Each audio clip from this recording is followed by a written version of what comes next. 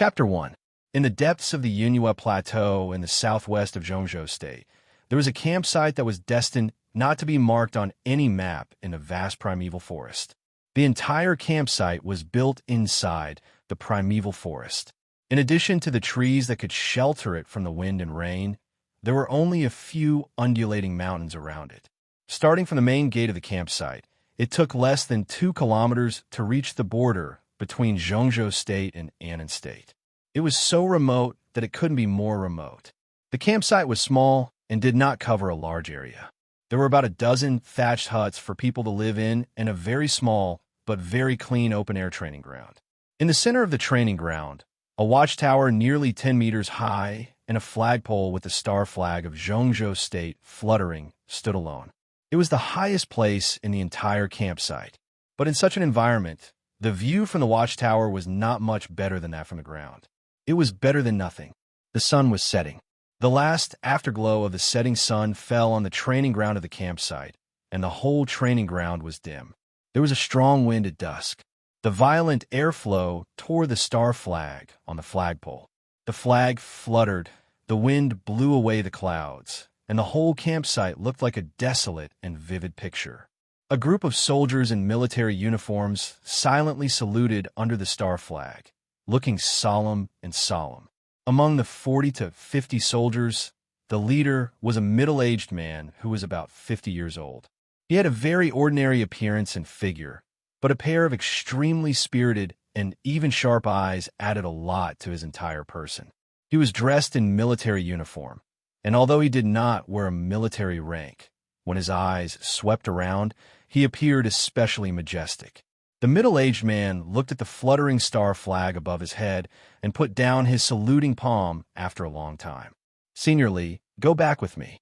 The middle-aged man put down his arm and looked at the old man beside him, who was also in a military uniform. He said sincerely, almost pleading, "You've worked hard and made great contributions at the border for many years. Everyone has seen it. It's time for you to go back and enjoy your life. The environment here is hard, and it's not good for your health." The old man in the military uniform had white hair, but it was combed neatly. Even his body was straight. Unlike the middle-aged man beside him, he had a military rank, and it was not a low one. He was a lieutenant colonel.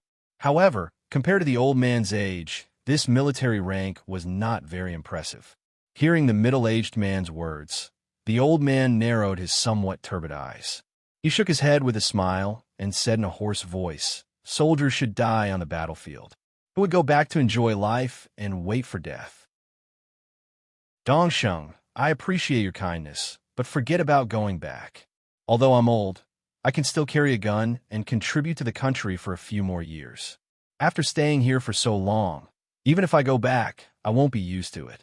The middle-aged man named Dongsheng looked bitter. He opened his mouth and said worriedly, "Senior Li, your body is really not suitable to stay here." "I know my body." The old lieutenant colonel's tone was indifferent, but his expression was resolute. "Although I won't live for long, I can still carry a gun for a few more years. Dongsheng, I've made up my mind. If you're just thinking about my body, then don't say anything." He paused and suddenly said with a self-mocking smile, "Of course, if you're here today for the treason of that little beast, Li Kuang-tu, and you want me, Li Honghe, to go back to confess my crime, I'll go with you now. That beast committed treason. As his father, I'm guilty. It's the father's fault to raise him, but not to teach him. I have nothing to say." "Senior Li," Yi Dongxing's expression changed. He raised his voice unhappily and said angrily, "Senior, what are you talking about? You're the hero of Zhongzhou State. Who dares to say that you're guilty? I'll be the first to shoot him. For hundreds of years, the military law of Zhongzhou State has never implicated others. He is him, and you are you. They're two different things. If we didn't trust you, how could we have let you stay at the border for 20 years? The old man was expressionless. He just looked up at the star flag above his head, and his eyes were sad. Yi Dongsheng sighed slightly, lowered his posture again, and said in a low voice, "Senior Li, although the case of Kuang-tu's treason has been decided, it's the general trend. Many of the details are still confusing.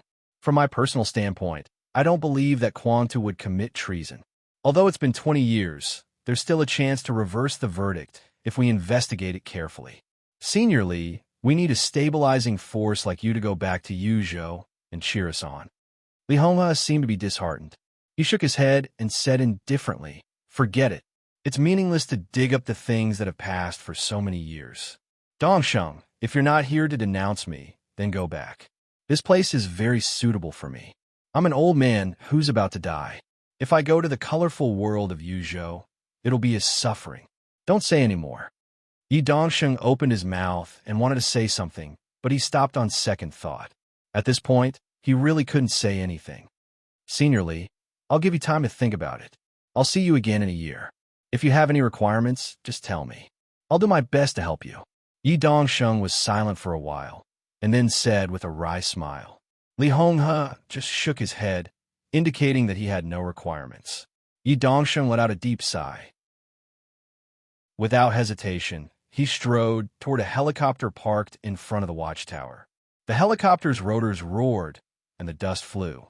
When he was about to walk to the helicopter, Yi Dongsheng suddenly turned around and said loudly, "Senior Lee, if we can prove Quang-Tu's innocence and help you wash away your shame, would you like to go back to Yuzhou with me?" The dust under the rotors flew up, and Li Honghe's expression became a little vague. He narrowed his eyes, and his voice was not loud, but it clearly sounded in Yi Dongsheng's ears. "I'll wait for the good news." Yi Dongsheng nodded and went straight into the cabin. The helicopter began to take off, flying higher and higher. Inside the cabin, Yi Dongsheng sat in the seat, looking at the training ground that was getting smaller and smaller below, and looking at the old man who turned around and walked to the watchtower. He whispered to himself, "What are you insisting on?" At the same time, in the space on the top floor of the watchtower, when Li Honghe came in, a young man with his back to Li Honghe asked the same question. "What are you insisting on? You don't understand." Li Honghe looked at the young man, standing in front of the window, and responded with kind eyes. This was a young man who easily gave people a good impression at first glance. He was about 20 years old, thin, and had a face that could only be considered delicate. Perhaps because of years of malnutrition, it looked a little pale. His temperament was very gentle, and his eyes were clear. There was not the slightest sharpness or arrogance in him. He stood calmly at the window of the upper space of the watchtower, looking at the helicopter flying further and further away. His clear eyes were filled with undisguised desire and longing. Gentle as jade, quiet and far away. These words seemed to be the most appropriate to be used on him. "Why don't we go?" Hearing the old man's answer, the young man finally turned around and said calmly, "Grandpa, this should be the 4th time someone has come to ask you to come out of the mountain, right? We can leave, why don't we?" "We can't go." Li Honghe shook his head and said in a deep voice, "Waiting for a good price?" The young man raised his eyebrows slightly. "We can't help it." Li Honghe said with a wry smile, "Tianlan, you won't understand. There are some things that you will only understand when you leave here and go outside." "Outside," Li Tianlan muttered to himself, and then said in a self-deprecating tone, "Outside." He had heard this word almost since he was a child, and he had heard it countless times. But in fact, his world was only the camp in front of him. More than a year ago, he did go out once, but he went to a more closed environment than here. Outside? What was outside? He looked around silently. The upper floor of the watchtower was similar to a room, but there were windows in all 4 directions for investigation. The room was built of wood, and the outer layer was covered with a layer of tarpaulin, which barely sheltered him from the wind and rain. The furnishings inside the room were also extremely simple. There was only a huge bookshelf full of books, which was very intimidating. On both sides of the bookshelf, there were 2 wooden beds for people to rest. Not far from the bookshelf, there were 2 desks with writing brushes and rice paper on them. That was where the grandfather and grandson usually practiced calligraphy. This was the world Li Tianlan grew up in. He didn't hate the current environment, but after going out once, he was more and more eager to go out and see the scenery outside. But over the years, his grandfather had always restricted him. Every time he asked, his grandfather would tell him that the time was not right. Li Tianlan didn't know when the right time was. But recently, he had become more and more intolerable. Li Tianlan took a deep breath picked up a piece of white cloth and dipped it in water. He walked to a plaque on the desk and wiped it silently. This plaque could be said to be the most valuable thing in the whole camp. It was a rosewood plaque nearly 2 meters long and 1 meter wide. It was a rare thing even in the top circle of Zhongzhou State, not to mention here. The 2 words on the plaque were natural and smooth, full of the demeanor of a big shot. The Li family. Li Tianlan looked at the 2 words silently and suddenly said, "The man who just came said that he could reverse the verdict for my father. He can reverse the verdict for my son, not for your father, and he won't reverse the verdict for your father." Li Honghe stood in front of the bookshelf, looking at the books on it, and said casually, "Is there a difference?" Li Tianlan raised his eyebrows again. His temperament looked very weak, but the movement of raising his eyebrows made him come alive and gave birth to a fierce momentum. "Of course there is," Li Honghe said calmly. "They don't know I have a grandson. If they know your existence." "Huh." Li Tianlan's expression was slightly stiff, and he didn't speak. Li Honghe suddenly smiled and said to himself, "Yi Dongsheng was brought up by me in those days. I know him better." He said he was worried about my health, and it was not an exaggeration. It is estimated that after he leaves this time, within 3 days, he will send 2 private doctors to me. He is considerate. So? Li Tianlan's heart beat instinctively. He didn't know what it meant, but it was very clear that if there were really private doctors coming, this camp would be the first time for outsiders to set foot in it for many years. "So, it's time for you to go out for a walk. It's time." Li Honghe looked at his grandson with a smile. His eyes were gentle, which was a kind of satisfaction and relief from the bottom of his heart. Li Tianlan's body trembled very obviously. He suddenly turned around and looked at Li Honghe. Li Honghe pulled out a book from the bookshelf and opened it. He took out a post and a card from it. He came to Li Tianlan, handed the card and the post to Li Tianlan, and said calmly, "You go today." Li Tianlan took them, his hands trembling violently. The post handed over by his grandfather almost instantly attracted all his attention. The post was all black, except for the silver star flag engraved on the cover. Under the flag, there were 4 small silver words. Sky Academy. There were 2 famous schools in Zhongzhou State that were little known but extremely famous in specific circles. One was called Deep Sea Academy, located in Yuzhou. The other was called Sky Academy, located in Huading. It was the top special warfare academy in Zhongzhou State. It was the gathering place of young elites in Zhongzhou State.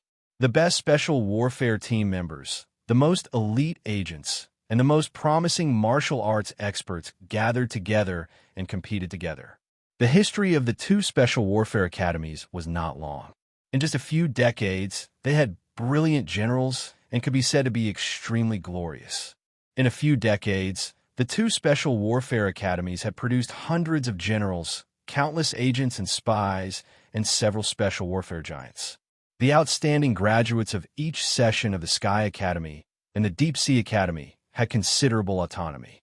On the premise of serving the country, they could choose to enter various special warfare departments in Zhongzhou State and would be focused on training. For anyone who had strength and ambition but no backing, an admission letter from the Deep Sea Academy or the Sky Academy was tantamount to a road to heaven. At this time, the black post in Li Tianlan's hand was the admission letter from the Sky Academy. Li Tianlan's heart was in turmoil. His excitement was not only because of the post in his hand, but also because of his father, who made him feel complicated, who also graduated from the Sky Academy and completed his studies with the best results. Did he betray Zhongzhou State back then? He must find out the truth when he went out this time. Li Honghe seemed to know what he was thinking and said calmly, "Don't do what you shouldn't do. Don't rush to investigate your father when you go out this time. It's useless. Your identity must be kept secret. Otherwise, if others know that you're my grandson, you will only die faster. You naturally need to reverse the verdict on your father, but now you are not qualified. At the very least, your achievements can't be weaker than your father's. Only in this way can you be qualified to investigate." Li Tianlan nodded silently and said nothing. "Do you know why I can still be here today?" Li Honghe suddenly asked. Before his grandson answered, he chuckled and said, "It's because I'm strong enough." "Grandpa," Do you think it's a good thing to stay here? Li Tianlan couldn't help asking, holding the post in his hand. Li Honghe took a deep look at him and said indifferently, "It's not a good thing, but there's something worse than this. You may not want to hear it." He shook his head and pointed to the business card in Li Tianlan's hand. "When you arrive in Huading, call this number. They will pick you up and arrange for you to go to school." Li Tianlan nodded and suddenly said, "Grandpa, what about you? Aren't you leaving? I'll wait for you to pick me up." Li Honghe smiled, took a step forward, tidied up his grandson's clothes, and said calmly, "Tianlan, some things are not as simple as you see. When you get out, you will naturally understand. I'll wait for you to become stronger. When you can reverse the verdict on your father and stop shaming the Li family, I'll leave this place." He took a step back, looked at Li Tianlan with a smile, and continued, "I can afford to wait for a few years." Li Tianlan clenched the post in his hand with a determined look. For the entire Zhongzhou state, his grandfather was a well-deserved hero. Therefore, he knew very well that his grandfather's past achievements could enable him to leave the forest with the admission notice of the Sky Academy and fight for the chance to reverse the verdict for his father and stop the Li family from being humiliated. However, his father's sins blocked all the possibilities for him to retreat. He could only advance on this trip, not retreat. If he retreated, he would die. "I'm leaving now." Li Tianlan put away the post and said without hesitation. Li Honghe nodded slightly and suddenly whispered, "In fact, you still have help, and the help is not small. The year you were born, I personally arrange a marriage for you. You don't need to know who it is. Whether this marriage is still valid or not depends on your performance. That old man's family is more realistic. If you behave like a wastrel, they definitely won't let their granddaughter marry you. If you perform well, someone will naturally look for you. At that time, whether this marriage is still valid or not, it will be up to you." Li Tianlan nodded silently, took a step back, knelt down to the old man, and kowtowed 3 times. Li Honghe stood where he was without any reaction. Li Tianlan got up silently and went straight down the watchtower. Outside the window, the setting sun was gone, and darkness enveloped the whole forest. In the windy but moonless night, Li Tianlan walked through the forest with no expression on his face and gradually went away. The old man had been standing by the window and watching Li Tianlan's back completely disappear. Then he slowly turned around and came to his desk. He picked up the brush and ground the ink, intending to practice calligraphy. Neither the grandfather nor the grandson's calligraphy was good, but practicing calligraphy could cultivate one's character. Therefore, the old man and the young man had been persistent for many years. But this time, Li Honghe held the brush for a long time and didn't write a word. It was not until the ink soaked the rice paper that he sighed, put down the brush, and came to Li Tianlan's desk. The ink on the desk had dried, and the black and white were particularly dazzling. Li Honghe stared at the rice paper, and his pupils suddenly contracted. Different from the small characters that Li Tianlan usually wrote, there was only one big character on the thin Xian paper. It was written in an ostentatious and wantonly manner. Between the lines, there was a kind of incisive fierceness. "Kill!" Li Honghe suddenly turned back. Li Tianlan's figure had already disappeared outside the window. Only the endless night filled the forest as long as winter. Chapter 2. In Zhongzhou State. As a city whose importance was second only to the capital, Yuzhou, almost every corner of Huading was bustling with activity 24 hours a day. It was especially so at the station. With the steady rise of Zhongzhou State's status in the world, the development of Huading seemed to have reached a peak. More and more people began to come to this bustling big city to seek opportunities. People came and went in a hurry in the station. Dense crowds could be seen in every corner of the station. So many people. This was Li Tianlan's first impression of Huading. Dressed in coarse clothes and holding a paper bag in his hand, he followed the crowd out of the station. He felt uncomfortable from the inside out. Too many people and too fast. This was the only feeling he had. The city seemed to be exuding an invisible pressure at every moment. Everyone around him was walking in a hurry. This super fast pace was like a terrible infectious disease. It could easily infect everyone, so everyone's speed became faster and faster. It was as if they wanted to tire themselves to death. Li Tianlan's heart was as still as water. As a newcomer, even if he was assimilated by the pace of the city, it would not be so fast. Walking out of the station, Li Tianlan bought a bottle of 1 yuan mineral water and took a sip. Then he stood there calmly and waited. An hour ago, when he was still on the road, he pulled out the business card in the paper bag and dialed the number on it. He was a bumpkin who had just walked out of the primeval forest. The phone he called was borrowed from a kind-looking ant. The person who answered the phone was a woman who seemed to be very young. She had a cold voice and called herself Flaming Fire, a very strange name that was the opposite of the cold tone. They agreed to meet at the station exit in an hour. Calculating the time, it should be about time. Li Tianlan suddenly chuckled. Flaming Fire. To him, this name had a profound meaning. A young girl who happened to walk past Li Tianlan heard his laughter and subconsciously took a few steps away. She looked at him and frowned slightly, with undisguised disgust in her eyes. Li Tianlan was not ugly, but he was not handsome either. In addition, he was dressed in coarse clothes, holding a bottle of mineral water in his hand, and clutching a paper bag that obviously had no money. He looked like a bumpkin who had never seen the world. If such a person giggled at someone for no reason, that person would not be in a good mood. The average-looking young girl glared at Li Tianlan and turned to leave. Li Tianlan took a sip of water and laughed it off. For this city, he, who had spent most of his life in the primeval forest, was indeed a bumpkin, but he didn't think there was anything to feel inferior about. Having a grandfather who had experienced ups and downs in life made his 19 years of life full of ups and downs. From the bottom of his heart, Li Tianlan never felt that he was worse than his peers. Now that he had a perfect starting point, he firmly believed that as long as he was given time, he would have what others had sooner or later. And it wouldn't take long. A brand new black Audi slowly drove into the station and finally came to the exit, stopping in front of Li Tianlan. The door of the driver's seat opened, and a woman with a delicate face but a cold face got out of the car. She went straight to Li Tianlan and said with no expression, "Mr. Li, I'm Flaming Fire. I'm Li Tianlan." Li Tianlan smiled and looked at the woman in front of him with a serious look.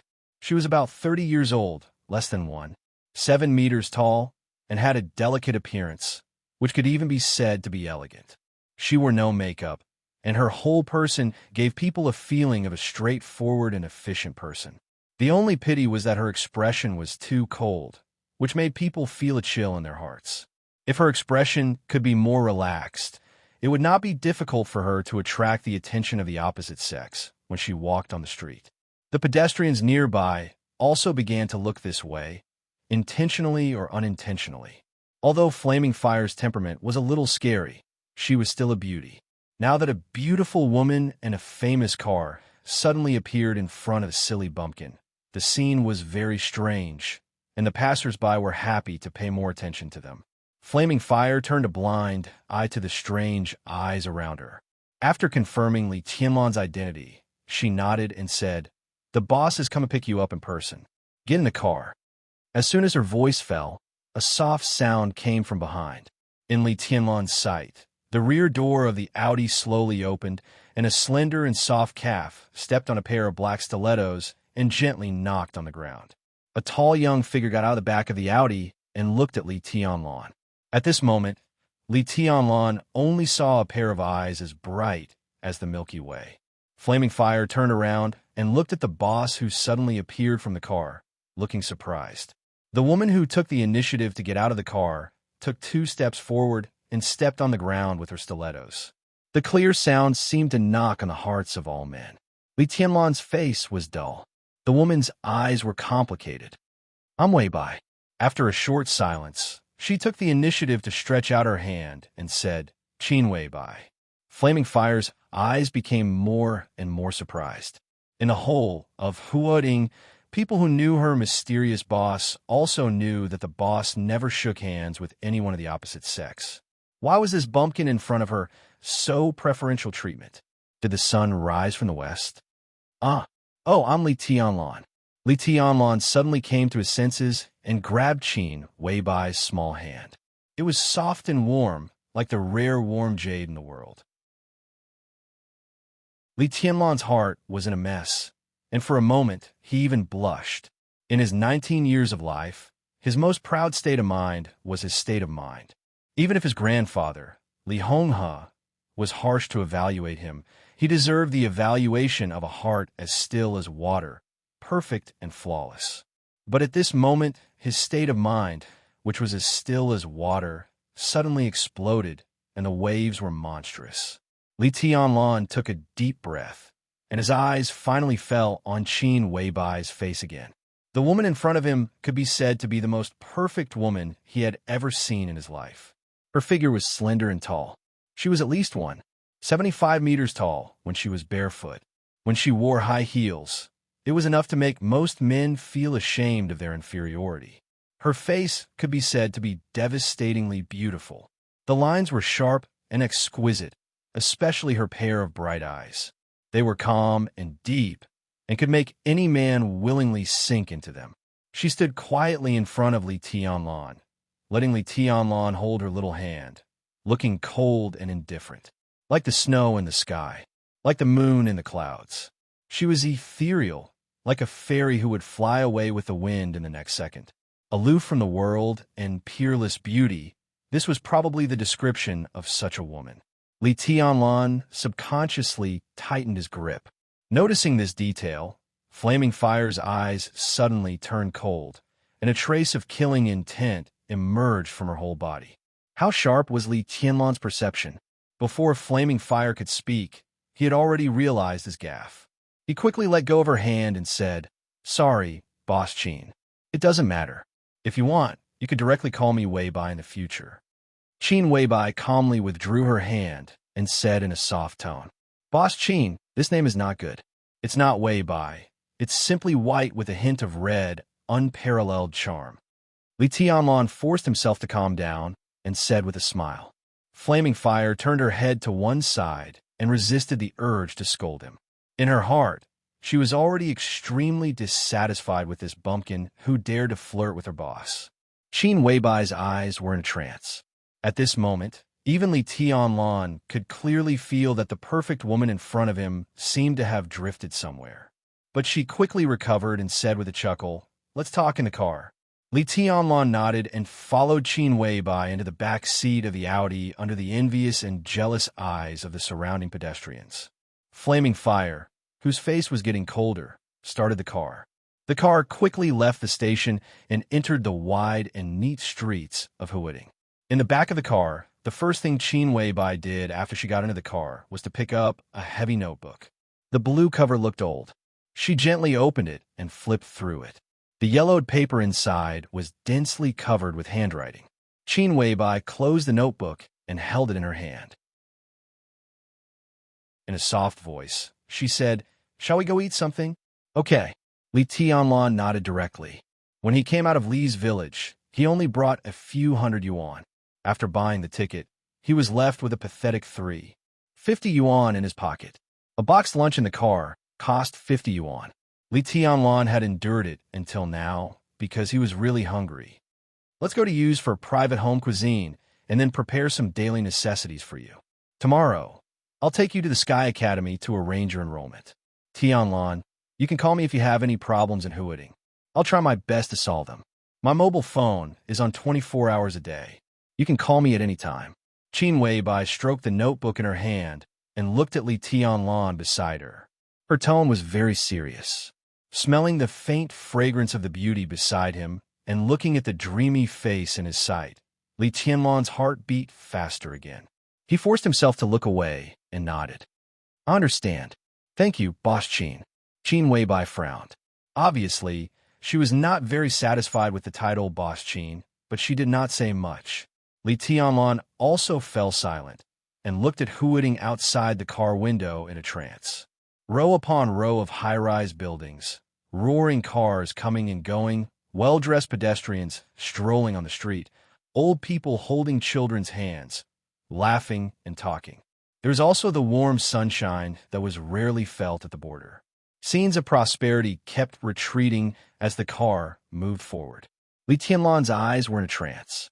His pale face was complicated and sad. He thought of the father he had never seen again. 20 years ago, his father was one of the top special warfare personnel in Zhongzhou State. But at the peak of his career, he died in the most humiliating way on the border between Zhongzhou State and Annan State. The charge was treason. The evidence was conclusive. If the most influential case of treason in recent years had not happened, his life from childhood to adulthood would probably be different. He would be the same as these people outside the car window, or even better. He did not think that the high-rise buildings and cars coming and going outside the window were so attractive. But for the first time, this bumpkin who lived in the lush forest all year round felt that a place with sunshine and laughter was a place where people lived. The scenes of prosperity in front of him were beautiful scenes that he had never dreamed of. Li Tianlan suddenly thought of the camp at the border. He thought of those veterans who followed his grandfather to exile him at the border for many years after his father's treason. He thought of Yi Dongxing's words. Yi Dongxing said that he could try to reverse the verdict for his father and prove his innocence. If father was really innocent back then who was the one who caused the treason case? Who was it that killed his father? Who are they? What do they want? What is all this for? Li Tianlan did not know who they were, but he was sure that if they really existed, they definitely had the strength to stand at the peak of this city and even the whole Zhongzhou state. The scene outside the window was getting more and more prosperous. Li Tianlan tightly pursed his lips. He was under pressure, but more than that, he was filled with endless fighting spirit. What are you thinking about? Qin Weibai, who had been looking at Li Tianlan, suddenly asked. They shouldn't live in that kind of place. They really shouldn't. Li Tianlan stared at everything outside the window and muttered to himself. A hint of a smile appeared on Qin Weibai's cold and delicate face. She seemed to have understood what Li Tianlan meant, but at the same time, she seemed to have not. Some people say that Huiding is a city that has been desolate for 1,000 years and a glorious era. This is a miraculous city that rose from zero. Tianlan, what do you think of this comment? Desolate for 1,000 years and a glorious era. Li Tianlan's eyes were still looking out of the window. He smiled and said, "How can I do that?" Beside him, Qin Weibai sighed softly and subconsciously opened the old heavy notebook in her hand. Hundreds of words appeared vividly on the yellowed paper, like someone's diary. To be fair, the handwriting on the paper was not beautiful, but it had a kind of piercing sharpness. Every stroke penetrated the back of the paper, and every word was as sharp as a sword. Qin Weibai's eyes stopped on the last sentence of the diary, and she was lost in thought. Everything under the sun is an illusion. I come from the darkness with eternal majesty.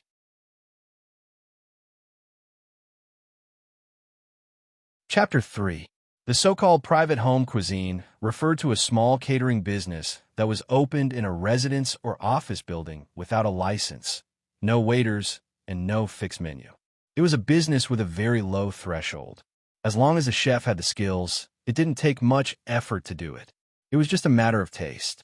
Huiding, with a population of tens of millions, could easily have tens of thousands of private home cuisine restaurants, but there were few that could really be remembered by diners. After all, the entry threshold was low, and the quality was inevitably uneven.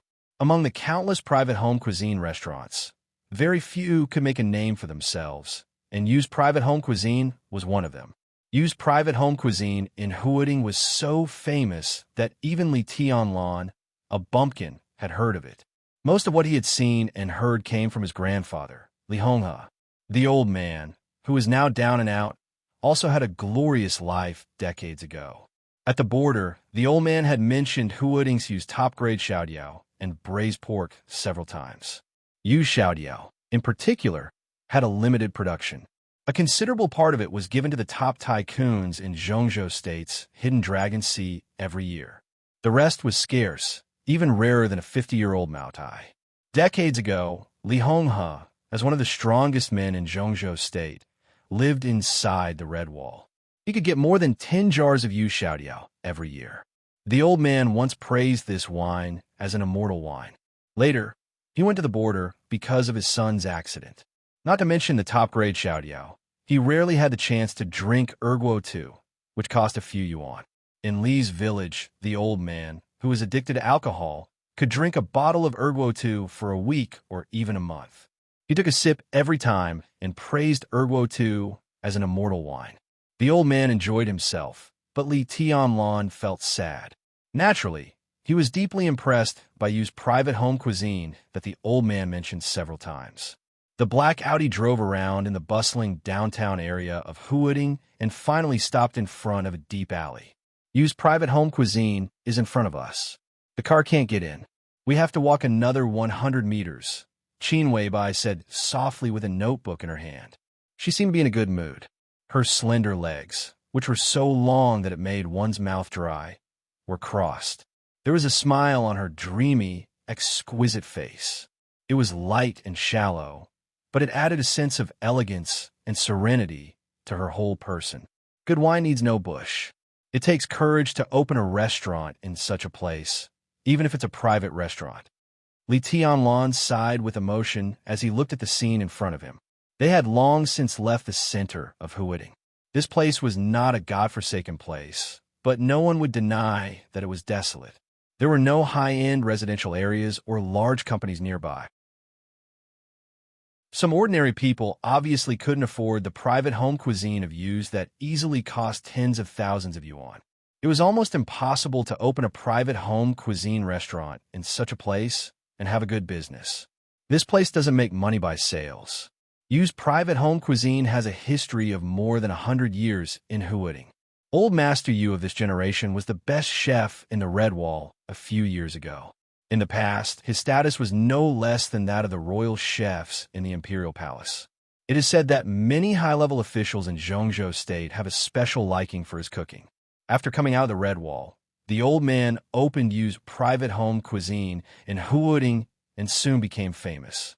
However, the old man only cooks 3 tables a day and needs to make reservations 3 days in advance. He never makes an exception, so there is no need for too many people to come here. 3 groups of customers a day are enough. Qin Weibai got out of the car with a notebook in her hand and walked in front to lead the way. An old man with a character. Li Tianlan replied casually, but his eyes involuntarily looked at Qin Weibai's back. From a back, Qin Weibai was still a beautiful sight that would never fade. Her white and tender neck, slender waist, perky buttocks that didn't look fat, and slender and straight legs would make people subconsciously fantasize. A sentence came to Li Tianlan's mind subconsciously. Every move could be a poem. Every frown and smile could be a painting. This kind of perfect charm was simply natural. It was not an exaggeration to say that it could even ruin a country and bring disaster to the people. She really has a character. Some time ago, a senior official of Huading accompanied a leader from the capital to have a meal. Because he didn't make a reservation in advance, he was directly turned away. Even his official identity didn't work. In the end, the 2 senior officials could only swallow it and didn't even dare to say a harsh word. Qin Weibai said as she walked. So fierce. Li Tianlan was a little surprised. The feudal autocratic culture of Zhongzhou State for more than 2,000 years had made the ideology of the official standard go deep into all levels of Zhongzhou State society. It could even be said that it was part of Zhongzhou State's culture. Everyone knew that this kind of dregs of the official was wrong, but it was difficult to change anything. How could an old man who ran a private home cuisine restaurant have the courage to turn away 2 senior officials? This was not something that could be explained by principles at all. Li Tianlan was thoughtful. The oppressive life in the primeval forest from childhood to adulthood didn't make him crazy. Instead, it made his mind extremely active and sharp. He could think of all aspects of anything, no matter how big or small, useful or useless. When he was very young, Li Honghe had taught him the most basic truth. It was always right to think more about anything at any time. Qin Weibai's words seemed very ordinary, but after careful consideration, Li Tianlan always felt that there seemed to be some meaning in her words, with an unfathomable meaning. The old man used to be a chef in the Red Wall for many years and knew many senior officials.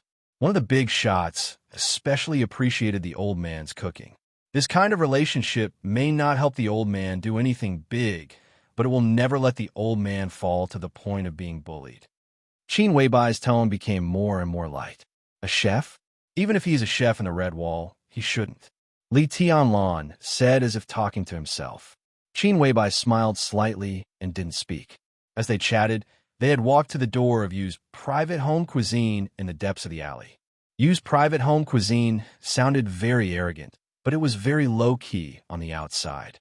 It was just a small courtyard with 2 wooden doors that looked particularly old. There was only a plaque hanging above the door, and the 2 words Yu's on the plaque seemed to have become blurred after years of wind and rain. Li Tianlan glanced at the plaque unconsciously, and his footsteps that were about to enter the door suddenly stopped. His pupils suddenly shrank, and his eyes stared at the 2 words Yu's on the plaque.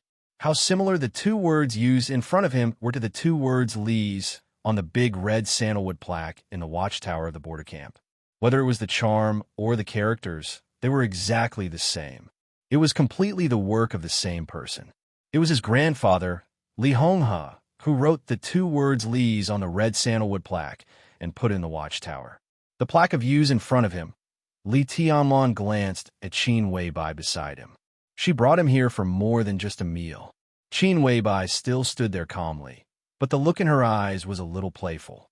Shall we go in? Okay.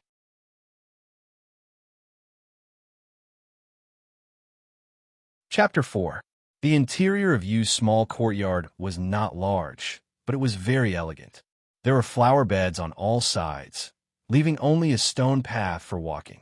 Several stone tables were placed in a triangular shape in the courtyard. Sitting in front of the tables, one would feel as if they were in a sea of flowers, and the fragrance of the flowers was pleasant. When Li Tianlan entered the small courtyard, an old man, who looked about 70 or 80 years old, was lying drowsily on a wooden recliner in the courtyard, basking in the sun. The old man was thin and short, only a little more than 6 meters tall. His hair was gray, and his face was wrinkled. He was lying comfortably on the recliner, which was much larger than his body, exuding an air of decadence from head to toe. Li Tianlan looked calm. Sensing that someone came in, the old man opened his half-closed eyes and glanced at Qin Weibai. He chuckled and said, "Are you here to freeload again? Girl, you can't finish all the delicacies all day long. It's hard for you to take a fancy to my shallow cooking." "Old man, your cooking is not shallow. Otherwise, how could so many big shots in Zhongzhou State be reluctant to leave you? Anyway, you are half a teacher to me. I'm here to go home. I'm going home for a meal. What's wrong with you?" Qin Weibai sat at the stone table closest to the old man and said with a smile, "Forget it. Go home. This is not your home, and I can't afford to raise you. The last time you came here for a meal, my granddaughter gave you a nickname. Do you know what it is? Sister Good for Nothing. You eat more than what my granddaughter and I eat in 3 days. These days, no one has extra food at home. If you don't come here often, my granddaughter and I will thank you for your great kindness." The old man lay on the recliner and rolled his eyes. He and Qin Weibai obviously had a deep relationship, so he spoke without any scruples. It could be said that he was unscrupulous. "I know Qin Yan. She can't give me such an ugly nickname. It's mostly your doing. It's really strange that a restaurant owner is afraid of a customer with a big appetite. Old man, you're also a weirdo." Qin Weibai smiled gently. "You're also a customer? You never pay for a meal." The old man's face was filled with grief and indignation. He wanted to cry, but had no tears. She pointed at Li Tianlan, who was sitting beside her, and said, "Let me introduce you to a friend. Li Tianlan, he just came to Huading from the southwest border. We are not strangers. Maybe you will come here every few days to freeload a meal." At this moment, not only Li Tianlan, but also Flaming Fire, who was standing behind them, could clearly hear the vague expectation in the boss's tone. The old man finally set his eyes on Li Tianlan, who looked calm. A sharp light flashed in his eyes. The atmosphere instantly became oppressive. He slowly sat up from the recliner and looked at Li Tianlan with burning eyes. "Senior Yu, I'm Li Tianlan." Li Tianlan took the initiative to say, Is His Highness Hongha all right? Old man, you suddenly asked with a complicated tone. You resemble His Highness when he was young by 30%, but 90% in spirit. I guessed your identity the moment I saw you. His Highness was a term of respect for people whose strength had reached a certain height. In the hundreds of years since the founding of Zhongzhou State, there were only a few people who could be called His Highness. Grandpa is all right. Li Tianlong bowed slightly and answered politely. Your grandpa, the old man sighed softly, looking nostalgic. He seemed to want to say something, but he just opened his mouth and said, I'm Yu Donglai, one of His Highness's guards. You can come here for dinner in the future and chat with me. We will have time to talk about what happened between me and His Highness in the past. Okay, Li Tianlong nodded, his expression still unchanged. You are neither humble nor arrogant. No matter what your temperament is, at least you have the appearance. Boy, what realm are you in now? Yu Donglai took a deep look at Li Tianlong and suddenly asked. Li Tianlong looked calm and said calmly, I haven't entered the 4 realms of martial arts, so it's not a realm. He knew that this would probably be a very disappointing answer to the old man, but he didn't want to hide anything. His martial arts placed great emphasis on the state of mind, stressing that his heart was as steady as a rock despite the changes of the outside world. Such a martial arts indirectly shaped his character. He was neither arrogant nor rash, and he was not affected by honor or disgrace. He didn't seem to talk much, but he didn't miss a word that he should say, and he didn't say a word that he shouldn't. Facing Yu Donglai, Li Tianlong knew what kind of attitude he should use, and he also knew the expectations of his grandfather's old subordinate. In this case, being frank was the best way. His achievement of not entering the 4 realms of martial arts at the age of 19 didn't seem very impressive, but it was better than being vague and hiding. You haven't entered the 4 realms of martial arts? Yu Donglai's wrinkled face was full of disbelief. Boy, how old are you? I'll be 20 in 3 months. Li Tianlong still told the truth. Yu Donglai looked like he was deeply shocked. He looked at Li Tianlong in a daze and couldn't say anything for a while. The 4 realms of martial arts were the universal standard for dividing strength in the world, and they also represented the most central force in the world. The chi-controlling realm, the ice-condensing realm, the fire-flaming realm, and the thunder-shocking realm.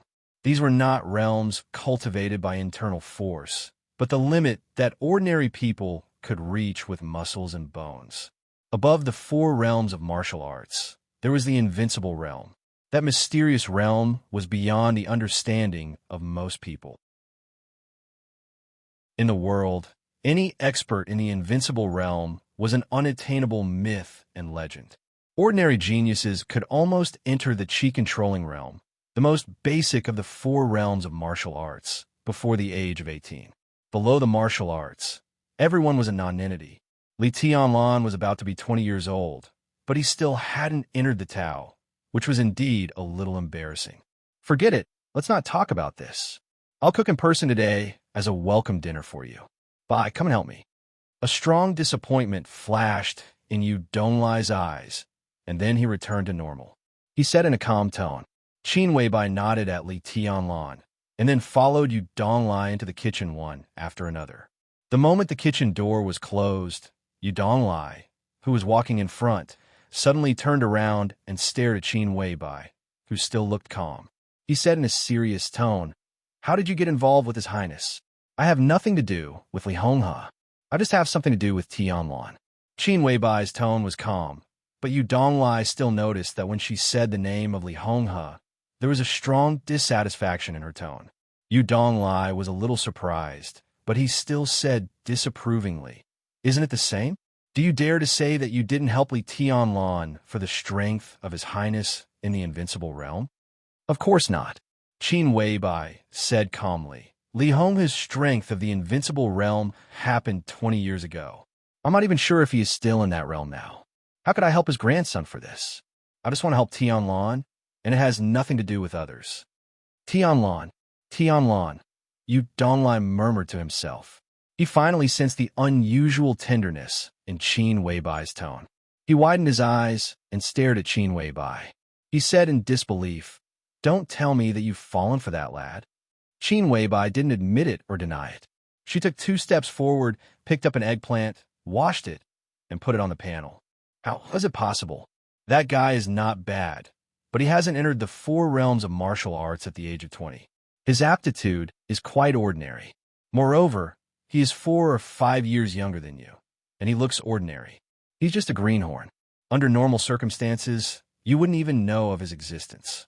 It's already an accident that you can get in touch with His Highness Hong He. Now you actually... It doesn't make sense at all. Yu Donglai looked as if he had seen a ghost. You don't understand.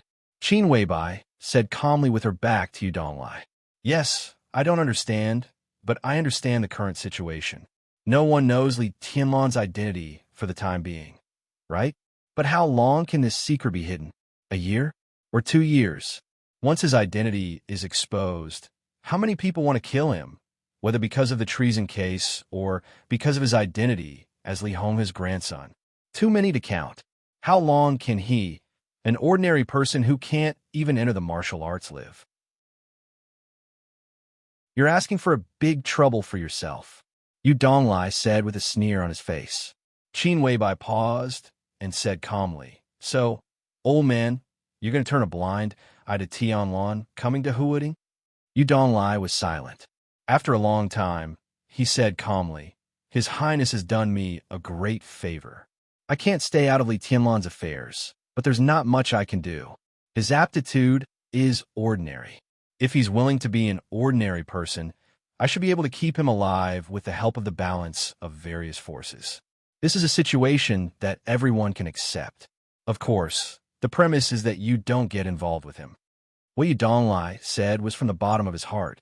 Qin Weibai's power was not great at the moment, but she had terrifying potential. Li Tianlan's identity was too sensitive. Once his sensitive identity was combined with Qin Weibai's potential, he was afraid that many people would not hesitate to kill the two of them. When Yu Donglai arrived, he would not even be able to stop them. The Li family had withdrawn from the special warfare system of Zhongzhou State for 20 years.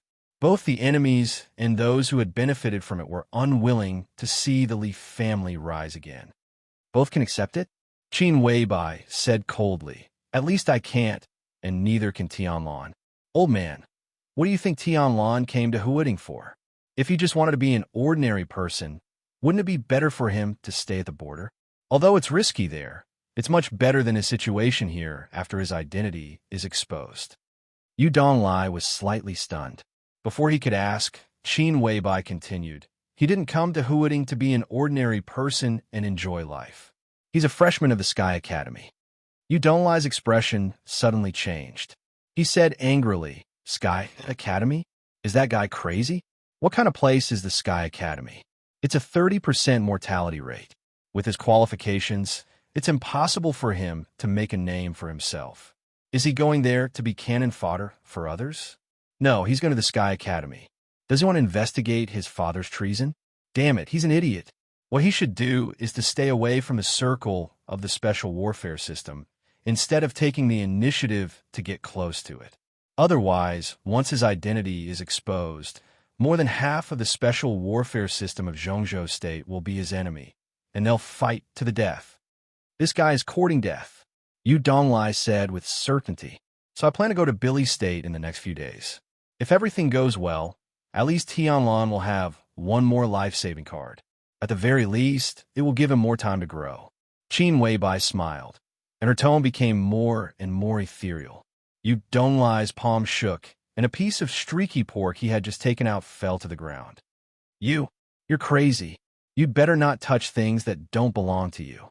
Don't you understand such a simple truth? The old man shouted in exasperation. What I like is mine. That's my truth. Qin Weibai's tone was calm, and her momentum suddenly changed, becoming cold and domineering. Yu Donglai felt powerless. Once in Zhongzhou State, an eccentric Taoist who was regarded as a half-immortal by countless bigwigs had commented on all the heroes in Zhongzhou State one by one. When that eccentric Taoist commented on the patriarch of a top wealthy family in Zhongzhou State, he directly used the phrase saint inside and king outside to summarize. This comment was still widely spread, and some people still remembered it clearly. With everything Qin Weibai had now, She was naturally not in the eccentric Taoist's eyes, nor was she qualified to be on the list of people to be commented on. But few people knew that when that eccentric Taoist traveled in Huading, he once met Qin Weibai, who was just over 20 years old at that time, and also gave her a forward comment.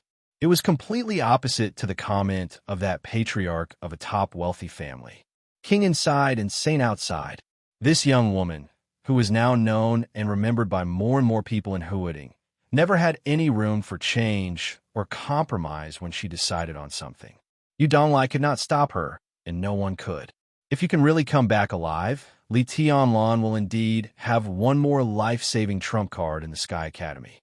But is it all worth it?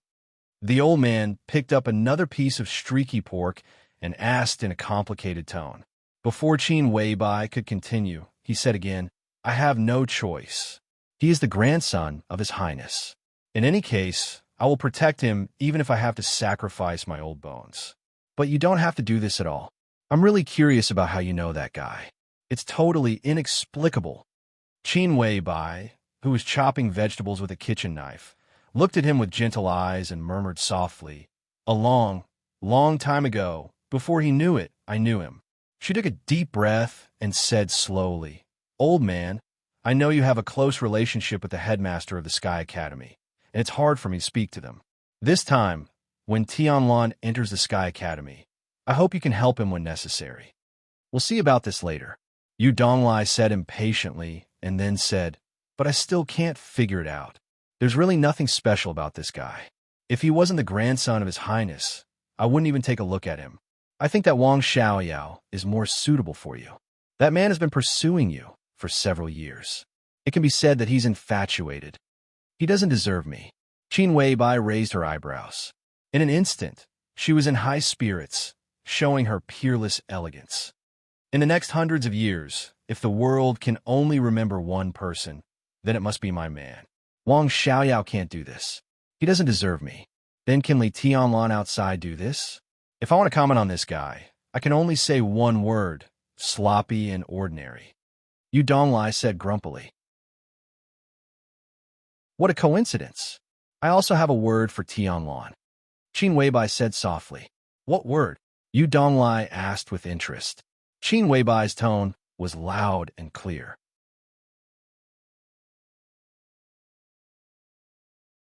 Chapter 5. The site of the Sky Academy was located between Wudong New District and Chongguang Island in Huading. A few decades ago, when the international situation was still stable and peaceful before the Sky Academy was established, there was an official name for the place, Chongqing Island. It was one of the places with the best natural environment and the most developed tourism industry in Huading. However, all of this became history with the continuous outbreak of secret wars in Zhongzhou State. Zhongzhou State, which was once mired in the quagmire of war, was particularly sensitive to the turbulent international situation. In the first few years of the continuous outbreak of secret wars in various countries, the higher-ups directly decided to establish the Sky Academy after careful consideration and set the site on Chongqing Island. 120,000 residents on the island were quickly relocated within a month, and the compensation was paid immediately. The entire 160 square kilometers of Chongqing Island became the first special warfare academy in Zhongzhou State almost immediately, or a heavily guarded and powerful military base. The position of the Sky Academy on the map of Zhongzhou State was very delicate. The higher-ups naturally valued not only the political status of Huading, but also the strategic significance of Huading and Chongqing Island. By attacking, they could directly attack East Island State and Gaoshan State in the west, deter Treasure Island, which had been trying to establish itself in the south, and also directly enter the South Sea through the most convenient route to fight. By defending, several important provinces and cities in Huading, Wuyue, Jiangzhou, Minnan, Beihu, Jiangnan, and Zhongyuan were also under the protection of the Sky Academy. The Sky Academy could be said to be a sharp sword inserted in the southeast of Zhongzhou State. It could attack and defend, and it was almost innately invincible. Li Tianlan had longed for the Sky Academy for a long time, and he had imagined how magnificent this famous special warfare academy was countless times in his heart. However, after landing on this island and seeing the tip of the iceberg of the Sky Academy with his own eyes, he couldn't help but feel a little absent-minded. The Sky Academy did not have a gate. Every inch of the entire Chongqing Island could be said to be the territory of the Sky Academy. On such a land that was enough for more than 100,000 people to live happily, there were now less than 3,000 teachers and students in the Sky Academy. It could be seen how much importance the higher-ups of Zhongzhou State attached to this special warfare academy, whose history was 5 years earlier than that of the Deep Sea Academy. The teaching buildings and dormitories on the island only occupied a small area. Most of the places were built into various training grounds for different purposes. In addition, there were 2 military airports and a military port on the island, which had everything from fighter jets and warships to speedboats and parachutes. From time to time, fighter jets and helicopters took off and landed in the air. On the sea, in the distance, the vague outline of the warships became clearer and clearer. In the sea, in the distance, a dozen figures fell rapidly from the sky. Parachutes opened in the rapid descent and suddenly slowed down. More than a dozen students who jumped slowly landed in the depths of the island. The Sky Academy's curriculum is very rich and complicated, but also very simple. The Academy. The Academy's curriculum is Academy's courses. Secondly, they should be proficient in shooting, disguise, tracking, lurking, assassination, protection, and other skills. These skills almost cover more than 90% of the courses in the Sky Academy, and the other 10% is the core, which is the improvement of combat effectiveness. Qin Weibai stood beside Li Tianlan and whispered, "This is a place where you can control and even change your own fate. It's amazing, but also cruel. Every student here has the possibility of facing the threat of death during their training. The country has set the casualty rate at 30%. How shocking is this figure? Those who are not part of the game will never understand. There is always a price to pay if you want to change your fate," Li Tianlan said softly. Li Tianlan said softly. His carefully trimmed hair, white shirt, black trousers, and leather shoes made him look completely different from the bumpkin who had just entered Huading yesterday. It was true that clothes make the man. Li Tianlan, who had taken off his coarse clothes, still looked clean and gentle, but it made his seemingly thin body look tall and tough. Standing on the land that belonged to the Sky Academy, his eyes only swept over the fighter jets in the air and the warships in the distance. Most of the time, his eyes were fixed on a boulder in front of him. This boulder was the first big guy he saw after landing on the island. The boulder was 100 meters high and was a standard rectangle. It stood on the ground like a monument. In the Sky Academy, which had no gate, it was almost the facade of the Sky Academy. Countless names were engraved on the stone tablet, and in the middle of the countless names, 6 large blood-red characters appeared heroic and mournful under the illumination of the sunlight. A place of heroes. In the 9th month after the establishment of the Sky Academy, an important figure in the special warfare system of Zhongzhou State committed treason and fled to Hung State with a lot of confidential information. 60 students of the Sky Academy sneaked into Hung State to hunt him down. After a week, they successfully killed the escaped Major General and destroyed all the information. In the process of evacuating Hung State, the 60 students fought with the special warfare elites of Hung State and killed nearly 300 enemies. Only 5 of the 60 students finally returned to Zhongzhou State alive. Among the 5 survivors, 2 were seriously injured and retired. The other 3 were all promoted to Major General after the battle. In the 5th year after the establishment of the Sky Academy, 600 students graduated from the first class. Colonel Gao Chanfeng graduated first with excellent results and personally founded the Special Warfare Force Storm. In the 3rd month after the establishment of the Storm, a mysterious foreign armed force sneaked into the border of Zhongzhou State. All 102 elites of the Storm went to war and wiped out nearly 500 people of the foreign armed force. Then the Storm chased them all the way into the enemy's rear and rushed into the headquarters of the Foreign Armed Force Code named Giant Rock. In one night, they wiped out more than 1,300 people of Giant Rock.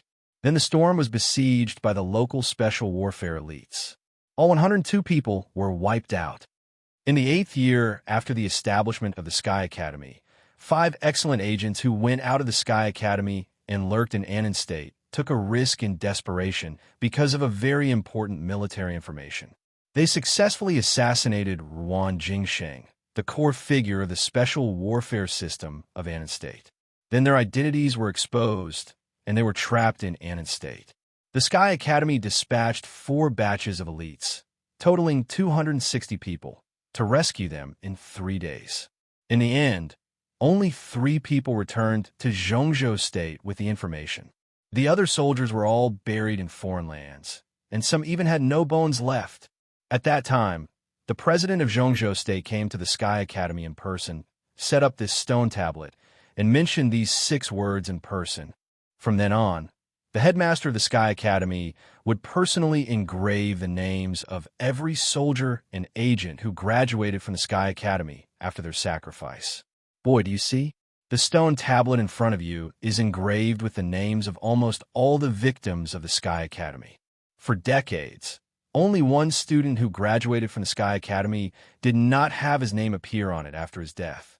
Instead, he became a disgrace to the Sky Academy. Boy, do you know who he is? Yu Donglai, who came here with Qin Weibai and Li Tianlan, suddenly asked. The old man was accompanied by a girl who was about the same age as Li Tianlan, or even younger. She wore a pure white dress and had bright eyes and white teeth. She looked gentle and quiet, like a pure and flawless white lotus. She felt the sharpness of Yu Donglai's tone. She stretched out her small hand and gently pulled Yu Donglai's cuff. Yu Donglai was unmoved and just looked at Li Tianlan calmly. Qin Weibai's expression changed, but she did not speak in the end. I know, Li Tianlan said in a calm tone, and said nothing more. His father was a student of the Sky Academy, and he graduated with the most perfect results. The man who should have become one of the giants in the dark world after leaving the Sky Academy and brought great glory to the Sky Academy had accidentally become the only traitor since the establishment of the Sky Academy. This was a disgrace to Zhongzhou State and also the deepest hidden scar of the Sky Academy. If there was only one name missing on this stone tablet, which was engraved with the words Land of Heroes, Li Tianlan did not need to think to know who the missing name was. If it weren't for the heavy loss caused to Zhongzhou State by the treason case full of inside stories, the Sky Academy would definitely be more glorious today. At least, it wouldn't be overshadowed by the Deep Sea Academy, and it would be more worthy of the name, the place where heroes come from. Yu Donglai glanced at Li Tianlan and said in a melancholy tone. He paused for a moment before continuing. Then some people wouldn't be so arrogant. Li Tianlan suddenly turned around. His eyes, which had been calm as water, suddenly became as sharp as a sword. He looked directly at Yu Donglai and asked, Senior Yu, who are you talking about? Yu Donglai was expressionless. He just waved his hand and said to the girl beside him, Qingyin, go and register with your brother Li. I'm going to visit your grandpa Zhuang with your sister Little Bai. We'll meet you in the dormitory area later. Yu Qingyin, who was dressed in a white dress, answered obediently. She looked at Li Tianlan and called him Brother Li. Like Li Tianlan, she was also a student of the Sky Academy this year. She was pure and kind, but had a good aptitude for martial arts. After having lunch at Yu's private restaurant yesterday and leaving, Qin Weibai specifically mentioned Yu Qingyin to him and said that she had infinite potential. If her character could be changed a little, she would definitely be a good assistant who was no less useful than Flaming Fire. Li Tianlan attached great importance to Qin Weibai's words almost instinctively. He did not look down on Yu Qingyin, who he met for the first time today. He never thought of trying to make Yu Qingyin his pawn. At least for now, Li Tianlan did not think he was qualified. But he, who had just entered Huading, did not mind making friends with anyone. He did not want to offend an ordinary person for no reason, let alone Yu Qingyin, who had a grandfather like Yu Donglai. One day, my glory will cover the shame my father brought to the Sky Academy. At that time, I will personally engrave his name on this stone tablet at the highest place. Li Tianlan stopped looking at Yu Donglai. He took a deep breath, looked at the stone tablet in front of him, and suddenly said, "You have great ambition." Yu Donglai laughed. "I don't want to hurt young people, but boy, you should at least enter the 4 realms of martial arts before you talk about this topic, right? It's too early to talk about this now." Li Tianlan smiled indifferently and said directly to Yu Qingyan, "Let's go." He did not want to explain anything to Yu Donglai. Explaining was a sign of lack of confidence. Li Tianlan looked calm and gentle on the surface, but the pride in his bones was no less than anyone else's. Some things, especially things that needed to be carried out seriously, only needed to take action. What was the point of talking so much nonsense? Yu Qingyan, who was afraid that Brotherly would quarrel with her grandfather, quickly nodded. The two walked past the tall stone tablet in front of them and walked to the freshman reception not far away. "Old man, Tianlan is not as simple as you think. This time, I can guarantee that you have misjudged him." Qin Weibai looked calmly at the backs of Li Tianlan and Yu Qingyan, who were getting farther and farther away, and said in a cold tone, "No matter how difficult he is still a guy who has not entered the 4 realms of martial arts at the age of 19. Is he more terrible than His Highness Honghe in those days?" Yu Donglai's eyes flickered, but he still showed a disapproving expression on the surface. "That's hard to say. If I were you, I would definitely be willing to take a gamble. You followed Li Honghe to conquer the world, and the reputation of the poison doctor was well known throughout the dark world. Now your granddaughter, the little poison doctor you taught by yourself, continues to follow Li Honghe's grandson to conquer the world. What's wrong with that?" Qin Weibai smiled gently. Yu Donglai's eyes flickered, but he remained silent. "And over the years, you also know that some people have become more and more rampant. Don't you want to do something?" Qin Weibai continued to tempt him. Her voice was sweet and soft, with a strong, penetrating, and aggressive nature. Coupled with her dreamy appearance, even if a woman like her said nonsense, people who heard her would subconsciously think about it seriously. Qin Weibai's eyes lit up. "The other party is powerful. What can I do?" Yu Donglai said lightly with a self-mocking smile. "You can't do anything, but it doesn't mean that Tianlan can't. Old man, when we meet the headmaster of the Sky Academy, Zhuang Huayang, I hope you can help Tianlan once. How about helping me?" Qin Weibai said, while looking at Li Tianlan's back. Yu Donglai remained silent. In fact, from the bottom of his heart, he really didn't want to help. It was not that he didn't want to help Li Tianlan, but in Yu Donglai's mind, letting Li Tianlan stay in the Sky Academy quietly and graduate safely was the best protection for him. If Li Tianlan was really amazing, Yu Donglai would use all the resources available to help Li Tianlan get promoted even at the risk of his life. It was even normal for him to greet Zhuang Huayang, the headmaster of the Sky Academy. But it turned out that Li Tianlan didn't have this potential at all. He was almost 20 years old, but he hadn't touched the threshold of martial arts. This talent was really ordinary. At least in a place like the Sky Academy, Li Tianlan couldn't be considered outstanding at all. In this case, it was better to let him study and graduate safely. It was definitely not a good thing for Li Tianlan to suddenly bring him to the headmaster of the Sky Academy. Yu Donglai said that he would protect Li Tianlan from death. This sentence seemed to be nothing, but when combined with the death rate of 30% in the Sky Academy, it actually carried a lot of weight. After Li Tianlan graduated, as long as Yu Donglai was not in the coffin, he would naturally arrange a new path for him. He was still sure that Li Tianlan could live a smooth life without becoming a dark magnate or a top agent. At least with his power, it was completely possible to arrange for Li Tianlan to enter the regular army as a basic officer. "Old man, don't think that I don't know what you're thinking. But I can tell you for sure that you don't know Tianlan. Some of your thoughts may be to protect him, but you think too simply of him. No matter what, Li Honghe is a peerless expert who once entered the invincible realm. If he had no confidence in his grandson, would he let Tianlan come to the Sky Academy? You don't trust Tianlan, but you can't not trust Li Honghe, can you? Don't let your kindness disrupt his deployment." Yu Donglai was stunned. "What do you want me to do for you?" After a long time, Yu Donglai turned to look at Qin Weibai and asked in a low voice.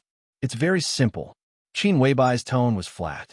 In the maneuver of the two academies a year later, I hope Tianlan can get a place to represent the Sky Academy. Do you know what you're talking about? Yu Donglai was so angry that he laughed. Don't you know what kind of place the maneuver of the two academies is? Over the years, the conflict between the two special warfare academies has become more and more serious. Which maneuver is not bloody? Those who can represent their academies are all elites.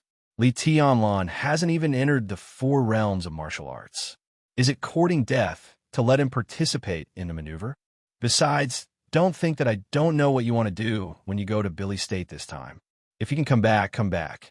If you can't, you will never come back. Temporarily? Do you think you have 2 lives? Qin Weibai shook her head and said, I'm not fooling you. I said I will come back, and I will come back sooner or later. Don't worry, I won't die in Billy State. I will definitely come back within a year. Damn it. Yu Donglai cursed in exasperation. I can't figure out why you like such a weak boy and are willing to take such a big risk for him. Why are you willing to take such a big risk for him? I don't like him. Qin Weibai's tone was indifferent. Before Yu Donglai could speak, she continued, Old man, go and find Principal Zhuang Huayang. Tianlan must participate in the maneuver of the two academies a year later. It's very important for him. He will die, Yu Donglai said calmly. Even if he can grow in a year, his strength will not be too high. In that place, he can only be regarded as an ant. He won't die.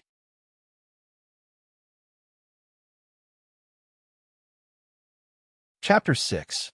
In Zhongzhou State with a population of 1.6 billion, if the government summarized all kinds of information and compiled a list of the top 10 domestic experts, Zhuang Huayang, the general of the Zhongzhou State military and the headmaster of the Sky Academy, would definitely be on it.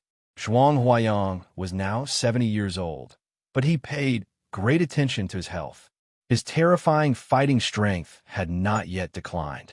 A few years ago, when a conflict broke out between Zhongzhou State and a foreign force that had been lingering on the border again, Zhuang Huayang personally took command at the border. At the moment of the decisive battle, the old man, who was in his 60s at that time, personally fought in the final battle. He alone chased the enemy for nearly 200 kilometers, killed nearly 800 special warfare elites of the foreign force overnight, and escaped unscathed. After that battle, the old man's reputation, which had been gradually declining under the suppression of another special warfare academy, the Deep Sea Academy, soared again and completely surpassed General Chen Songlin, the dean of the Deep Sea Academy. In recent years, the annual year-end maneuvers of the Sky Academy and the Deep Sea Academy had become more and more intense, and there had been more and more bloodshed. It might be because the students on both sides wanted to fight for the honor of their headmasters and deans. Zhuang Huayang attached great importance to health. Even in the Sky Academy, which was full of blood and tension, he never wronged himself. Not only that, but he also built a modern villa in the center of the Sky Academy with great fanfare, which could be called a mansion. The villa covered an area of nearly 2,000 square meters, and the surrounding area was filled with hundreds of kinds of fresh flowers, forming a large garden that surrounded the entire villa. The fragrance of the flowers could be smelled all year round. In front of the villa, there was a delicately shaped pond with running water. The water was clear, and it fed hundreds of ornamental koi fish. On the left side of the pond was a bamboo forest, opposite to the several fruit trees on the right side of the pond. Under the bright sunshine, the breeze blew, the bamboo leaves fluttered, and the flowers swayed. It was like being in a paradise, making people feel relaxed and happy. Like Li Tianlan, it was also the first time for Qin Weibai to come to the Sky Academy, and it was the first time for her to come to the residence of Zhuang Huayang, the legendary general of Zhongzhou State. Therefore, when she was led by Yu Donglai to the villa that was almost surrounded by flowers and plants, a trace of astonishment subconsciously emerged on her delicate face. Surprised, right? This old fellow's style of doing things is ruthless and ruthless. Just look at the way he does things. He's more manly than anyone else. But deep down in his bones, he likes to fiddle with these flowers and plants, saying that it can cultivate one's body and mind. When I was young, I scoffed at this, but in recent years, I've really accepted it. If it was 20 years ago, in terms of combat strength, I would definitely be able to suppress this old fellow if I used all my methods. But now, I guess it's only qualified to cause some trouble for this old guy. This guy is very particular about food, clothing, housing, and transportation. It can be said that every detail is meticulous.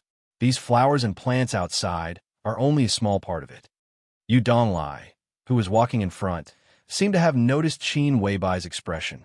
He pointed at the flowers and plants around him and said with a smile, "How rare. Old man, you also have a moment of modesty? Headmaster Zhuang is indeed powerful, but things are different now. As he ages, his strength will definitely decline. Even if there's a gap between the two of you now, it shouldn't be as exaggerated as you say, right? It was only a hair's breadth." Qin Weibai withdrew her gaze from the surrounding flowers and plants and joked in a relaxed tone. "A hair's breadth difference?" Yu Donglai shook his head in self-mockery. "You don't understand martial arts. When you reach the level of me and Elder Zhuang, the difference between us is like the difference between heaven and earth. Even if you say it's only a hair's breadth, you're still flattering me. I'm an old guy who can't even stand firm in the thunder-shocking realm and can retreat to the fire-flaming realm at any time. I'm really old. I can't compare with Elder Zhuang, who is at least not weaker than the peak of the thunder-shocking realm. I'm not being modest, it's the truth." "Is that so?" Qin Weibai's eyes flickered thoughtfully. There was no doubt that she had a pair of extremely bright eyes. As the light flowed in her eyes, spiritual qi radiated in all directions, making her whole person more attractive. "That's true. But what old you said is also wrong. In a life-and-death fight, if I fight with all my strength, it won't take me 5 minutes to kill old you. But if it's not a head-on fight, I won't be able to sleep with an old bastard like him as my opponent." A gentle voice rang from the side of the pool in front of the villa, interrupting Qin Weibai's thoughts. Qin Weibai's expression was cold and calm. She raised her head and looked at the man who was still holding a handful of fish food in his hand. She said calmly, "Headmaster Zhuang? I'm Zhuang Huayang." The man smiled and nodded. From his appearance, no one could imagine that he was the same age as Yu Donglai. They were both 70 years old. Yu Donglai's face was wrinkled and his figure was stooped. Zhuang Huayang, however, was tall and straight with black hair. He looked energetic like a middle-aged man, less than 50 years old. He sprinkled all the fish food in his hand into the pool. The koi in the pool surged and splashed. Zhuang Huayang, who saw all this, smiled more gently. He glanced at Yu Donglai and said calmly with a smile, "Old Yu, who is this?" "Qin Weibai, the little girl who learned cooking from me for a while. I've told you about her." Yu Donglai said with a smile. His eyes fell on the koi fighting for fish food in the pool, and he seemed a little absent-minded. Zhuang Huayang's eyes narrowed slightly, and he asked, "Boss Qin a Pre-Qin International Group?" "That's me." Qin Weibai's tone was flat. "Headmaster Zhuang, nice to meet you." "It's my honor." Zhuang Huayang laughed and did not hide the amazement and appreciation in his eyes. "I've long heard that Boss Qin is the first beauty in Huading. I always thought it was an exaggeration. Now that I see you in person, I know it's not an exaggeration. It's obviously a modest statement." "Headmaster, you flatter me." Qin Weibai smiled politely. Her expression was indifferent, but she quietly ignored Zhuang Huayang's surname. It was a simple difference of one word, but the distance between them was obvious. "I'm not flattering you. Boss Qin deserves the evaluation of being a national beauty." Zhuang Huayang laughed heartily and said, "Let's go in and talk. Old Yu hasn't been here for a while. Boss Qin is an honored guest. Some time ago, one of my students brought some good tea. Let's have a taste today. Headmaster, if you don't mind, you can call me Little Qin or Little Bai. Boss Qin sounds too distant." Qin Weibai followed Zhuang Huayang into the villa and said casually. Zhuang Huayang paused on the steps of the villa. With his back to Yu Donglai and Qin Weibai, his eyes suddenly became deep and distant. Calling Qin Weibai of the Pre-Qin International Group Little Bai, This kind of qualification was not something that just anyone could have. Although Zhuang Huaiyang was a general of Zhongzhou State, he did not think he had this qualification. The Preqin International Group was a rising group in Huading in recent years. Its main business was venture investment. In terms of scale, it could be regarded as a first-tier group in the venture investment industry of the whole Huading and even Zhongzhou State. This rising group operated in an extremely high-profile way, but on the contrary, its boss, Qin Weibai, was extremely low-key. She never accepted any interviews and even seldom went to the company's headquarters in Huading Central Building. This also made Qin Weibai, a 24-year-old woman, extremely mysterious. In the upper-class circle of Huading, almost everyone knew the Preqin International Group. But when it came to Qin Weibai, very few people knew her. Only those who really stood at the peak of Huading's wealth knew that this young woman was the boss of the Preqin International Group. If that was all, Zhuang Huaiyang could call Qin Weibai Little Qin with a clear conscience. But all kinds of information showed that the Preqin International Group was only a part of the strength that Qin Weibai revealed to the outside world. It might be an exaggeration to say that it was the tip of the iceberg, but it was certain that the Preqin International Group was definitely not all that Qin Weibai had. She was little known in Huading and Zhongzhou State, but in some specific upper-class circles, she attracted the attention of countless tycoons. And the higher these circles were, the more dazzling the mysterious halo around Qin Weibai was. Qin Weibai, 24 years old, female, born in the year of rabbit. 9 years ago, she came to Huading from a mountain village in the western part of Zhongzhou State. 8 years ago, at the age of 16, Qin Weibai sneaked out of Zhongzhou State. When she reappeared in Huading 3 years ago, she was already a strong woman with a net worth of tens of billions.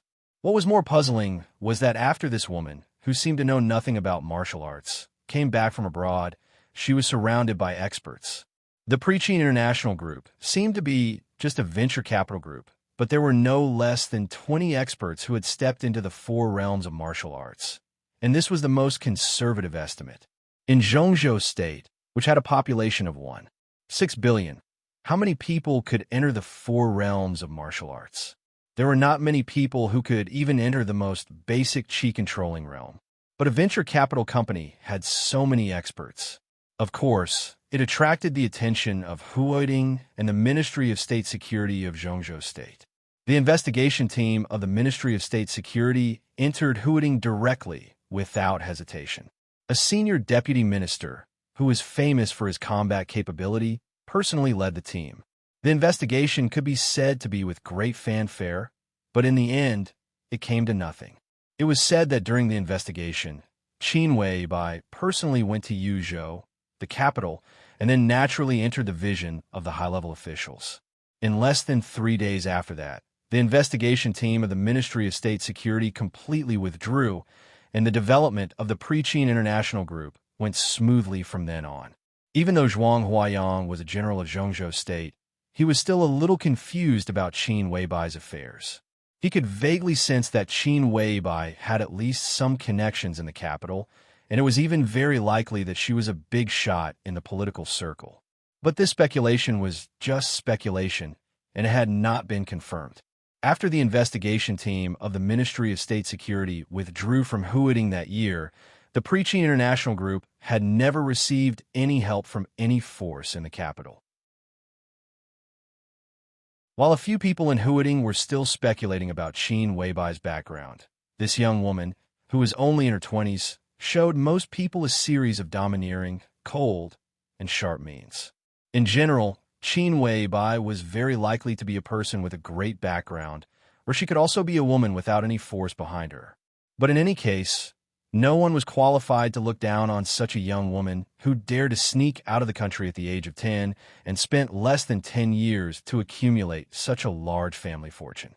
Zhuang Huaiyang did not know what kind of power Qin Weibai had, but he was sure that even if the power in her hands was not enough to shake him, a general of Zhongzhou State, at least there was no need for her to take the initiative to come to flatter him. In this way, Zhuang Huayang could almost be sure that Boss Qin suddenly came to him today because she had a request. The three of them entered the luxuriously decorated villa one after another. Instead of entering the study, they directly sat down in the living room. While Zhuang Huayang personally took out the tea set and added water to boil the tea, the old headmaster of the Sky Academy glanced at Qin Weibai, who was sitting elegantly on the sofa. He suddenly smiled and said, "Boss Qin, you don't come to me without a reason today, do you? I like to come straight to the point, so if you have any requests for me, Boss Qin, just tell me. If I can do it, I won't refuse. If I can't, I will also tell you clearly. After making the business clear, I will call you Little Bai, and I will feel at ease. Don't you think so?" Qin Weibai and Yu Donglai were stunned at the same time. Ahem! Old Zhuang, Yu Donglai coughed dryly. As soon as he opened his mouth, he was interrupted by Zhuang Huayang with a wave of his hand and a smile. "Old Yu, don't talk. Today is the day of admission to the Sky Academy, but I've already handled the matter of Qinyan, so I'm sure that you have nothing to do. Today, you specially came here because you were asked to be a lobbyist by Boss Qin, right? Now that Boss Qin is in front of you, what else do you need to say? Isn't it better to listen to her? That's it. Boss Qin, let's get down to business first. After that, let's have tea." Yu Donglai gave a wry smile and looked at Qin Weibai awkwardly. He said helplessly, "This old guy has such a temper. It's okay, girl. Just say it. If this old bastard dares to disagree, I won't leave today. Since the headmaster said so, I won't stand on ceremony." Qin Weibai looked at Zhuang Huayang gracefully and said in a calm tone, "Today, I dragged Senior Yu here because I want to ask the headmaster to help take care of a freshman." "Who?" Zhuang Huayang raised his eyebrows. Although his smile remained unchanged, his eyes became sharp. "Li Tianlan." Qin Weibai's tone became softer. "Why is it this guy again?" To Qin Weibai and Yu Donglai's surprise, Zhuang Huayang did not rush to agree or refuse. Instead, he frowned and said to himself, "What do you mean?" Qin Weibai's attention was suddenly completely focused. She looked at Zhuang Huayang and asked in a cold tone. Zhuang Huayang was silent for a moment and then said with a smile, "I won't hide it from you, Boss Qin. An hour ago, a big shot called me in person and asked me to take good care of this freshman. But the care he said seems to be a little different from the care you said, Boss Qin. He told me that he would train Li Tianlan hard. If he killed him, he would give my son a promotion and a raise, and I could be the headmaster for one more term. If he didn't die, he would give my son a promotion and a raise, and I could be the headmaster for one more term. I haven't figured out what he meant, but you came and asked me to take care of Li Tianlan. Boss Qin, how do you want me to take care of him? Kill him? Keep him alive?" Qin Weibai remained calm and collected, deep in thought. Yu Donglai asked subconsciously, "Old Zhuang, who called you?" I can't say. Zhuang Huayang said with a smile, but his eyes were observing Qin Weibai's expression. "Headmaster, is it a call from Zhongyuan province?" Qin Weibai suddenly asked. Zhuang Huayang's palm trembled slightly, and he almost dropped the teapot with his hand. Zhongyuan province? Yu Donglai was even more shocked. The capital of Zhongyuan province was Luojing. Although it was one of the major economic provinces in Zhongzhou State, it was not very prominent in politics and military in recent years. If there was really a person in the whole Zhongyuan province who could be regarded as a big shot by Zhuang Huayang, is it? Yu Donglai opened his mouth, but he was interrupted by Qin Weibai before he could finish. If I'm not wrong, it should be that person. Headmaster, am I right? Yu Donglai closed his mouth subconsciously, but his mind was full of confusion. The person in Zhongyuan province had nothing to do with the case that year. Why did he suddenly pay attention to Li Tianlan now? And he gave Zhuang Huayang an instruction that if he killed him, he would get a promotion and a raise. If he didn't die, he would get a promotion and a raise. What kind of F***king attitude was this? I don't know. Zhuang Huayang quickly put away his shocked expression and said with a smile, Boss Qin didn't say who it was. How can I answer? Is Boss Qin trying to get information from me?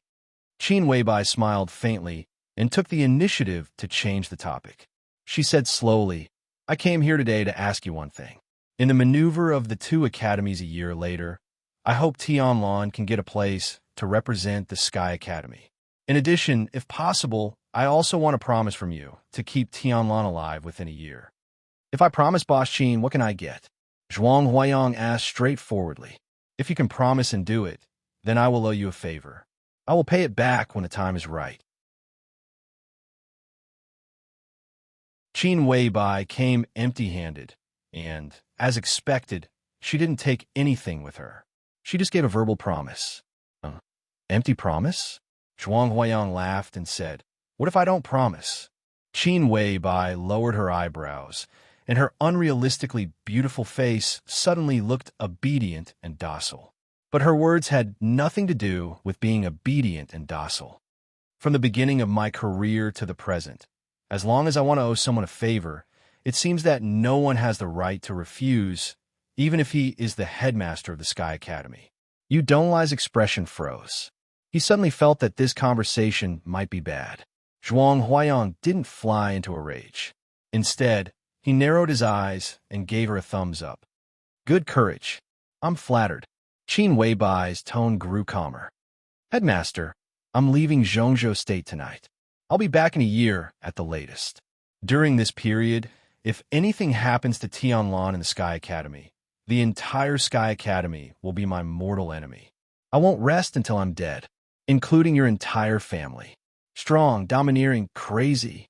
Under the ethereal appearance like an exiled immortal, this was the real Qin Weibai. Little Bai, Yu Donglai's face suddenly changed.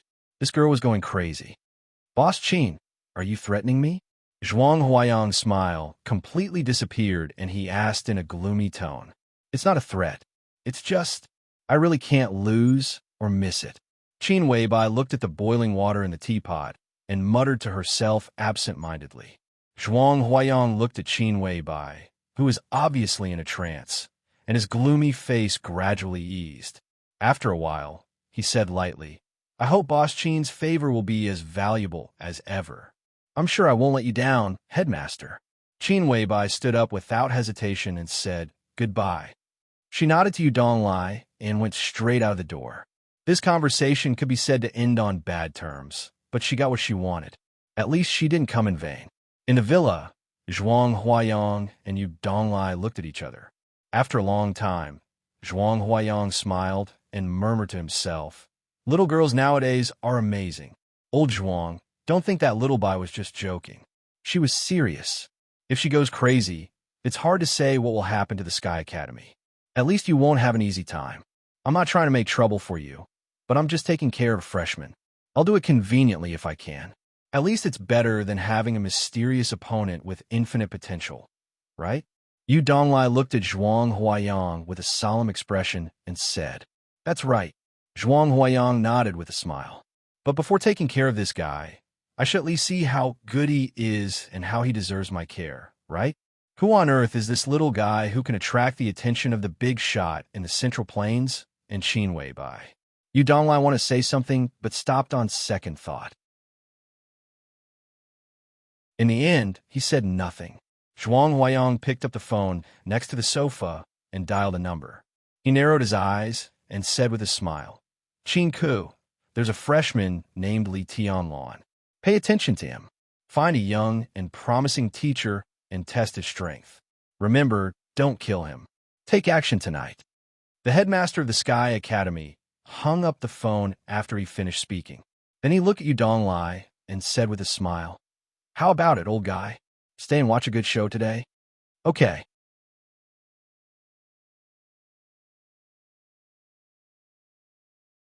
Chapter 7.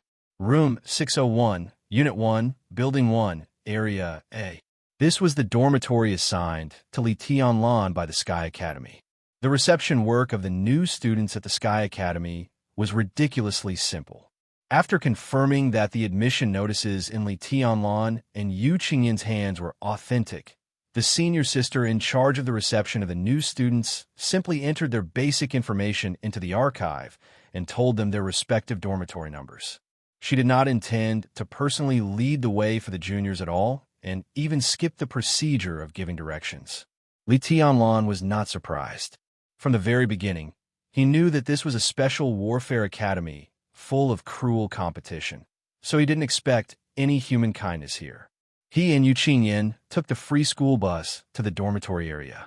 After a brief goodbye at the gate of the dormitory area, Li Tianlan went directly to his dormitory.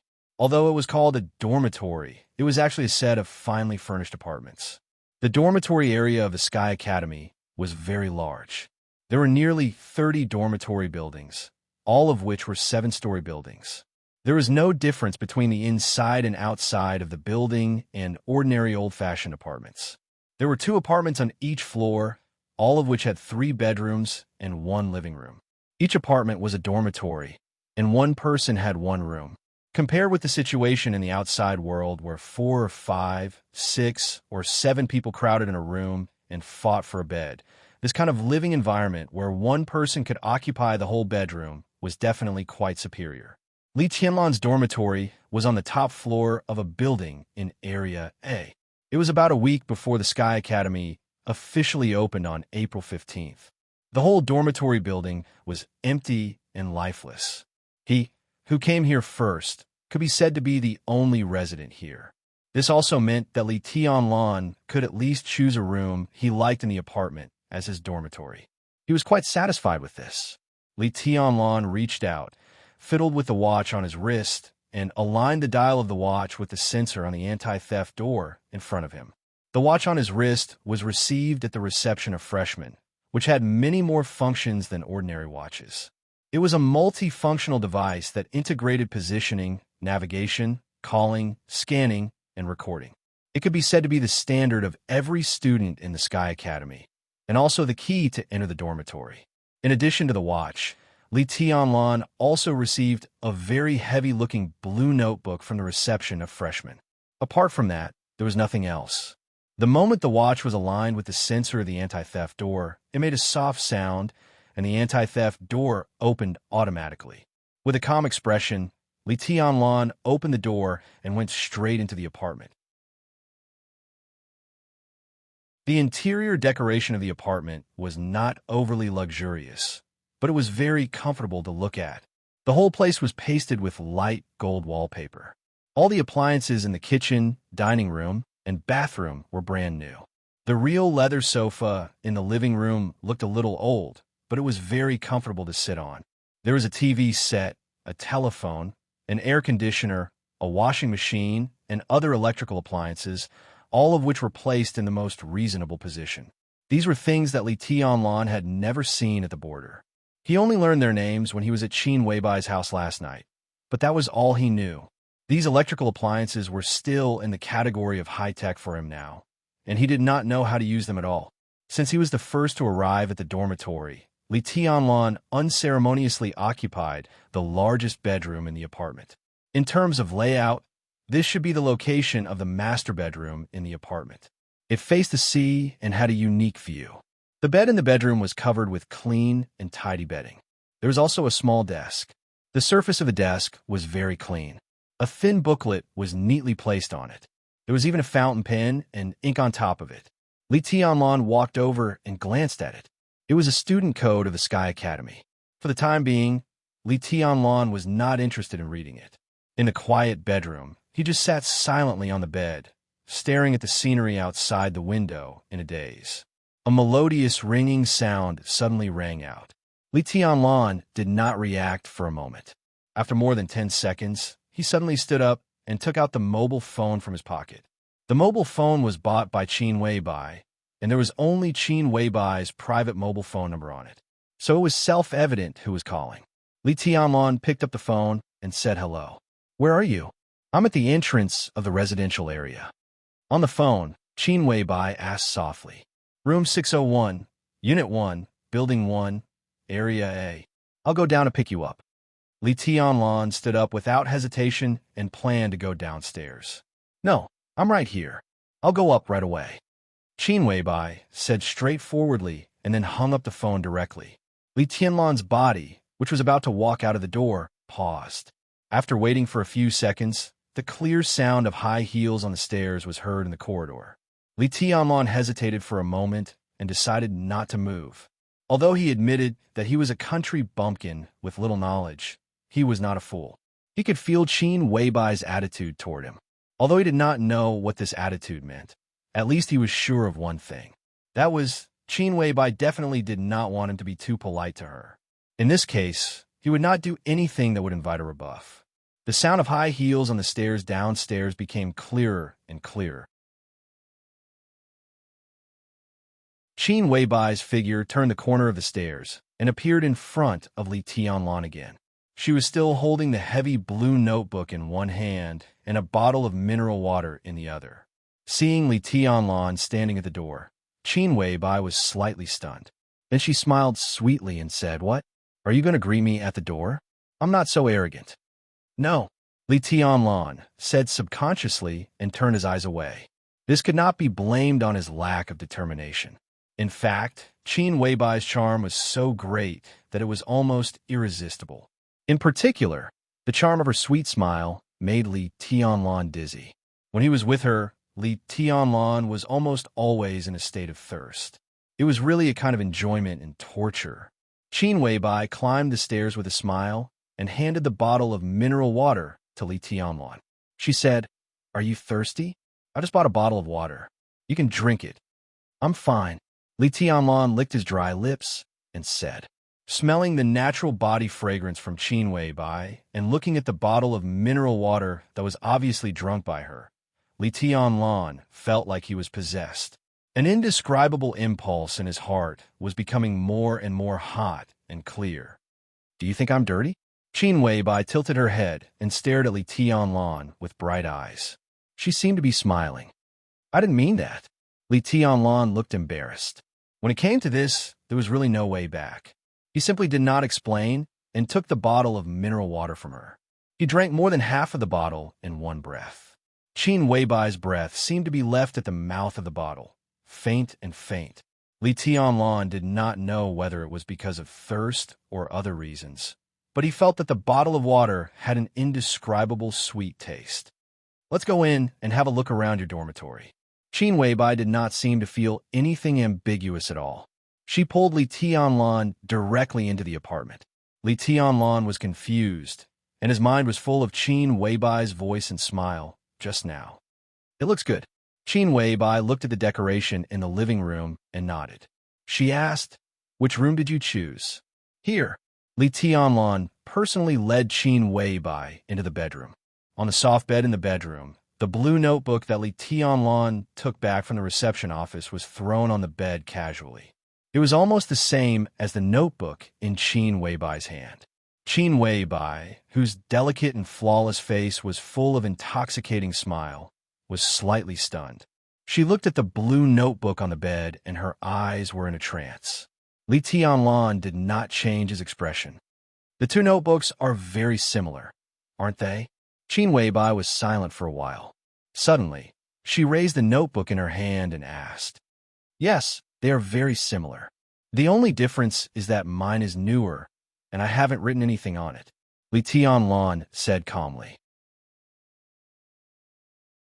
When he received the notebook at the reception office of the new students, he felt that it was very familiar. It was exactly the same as the notebook in Qin Weibai's hand, whether in size, color, or thickness.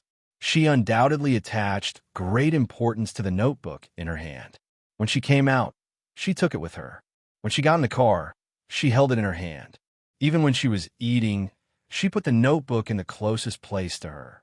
Li Tianlan was very impressed by the blue notebook, so when he received it, he thought of the notebook in Qin Weibai's hand.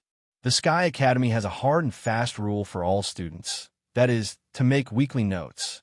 1 note a week and 1 note a month. The content of the weekly notes is varied. You can write anything, including the experience of training, the perception of the improvement of combat power, the opinion of the Sky Academy, and even the reflection of reading. The Sky Academy can pay close attention to the growth of each student, the way of thinking, and the political position of each student through the weekly notes every month. So 1 note a week is a must. It seems small, but it can be said that it is one of the most important tasks that the Sky Academy gives to each student. If you can't finish it, your credits will be deducted. Qin Weibai grasped the blue notebook in her hand tightly. Because of the excessive force, her slender knuckles looked a little white. Is the notebook in your hand also the weekly notes of someone when he was studying in the Sky Academy? Li Tianlan asked softly. Yes, but not all of them. The curriculum of the Sky Academy is 3 years, but the weekly notes in my hand have spanned 10 years. He also studied in the Sky Academy. It has become a habit to make weekly notes, even after he left the Sky Academy. He still kept this habit until Qin Weibai's voice suddenly stopped. In a place where Li Tianlan couldn't see, a trace of complicated and sad expression flashed through her eyes quickly. Let's not talk about this, she said softly. Okay. Li Tianlan nodded. At this moment, listening to Qin Weibai talking about another person in an obviously unusual tone, he had a very subtle feeling in his heart. There was confusion, but more than that, there was a kind of inexplicable bitterness. Don't think too much. Many things are not necessarily what you think. Qin Weibai took a deep breath and walked to the window. Looking at the endless sea outside, she said with her back to Li Tianlan, Now, you should think more about how to rise in the Sky Academy and in the whole of Huading.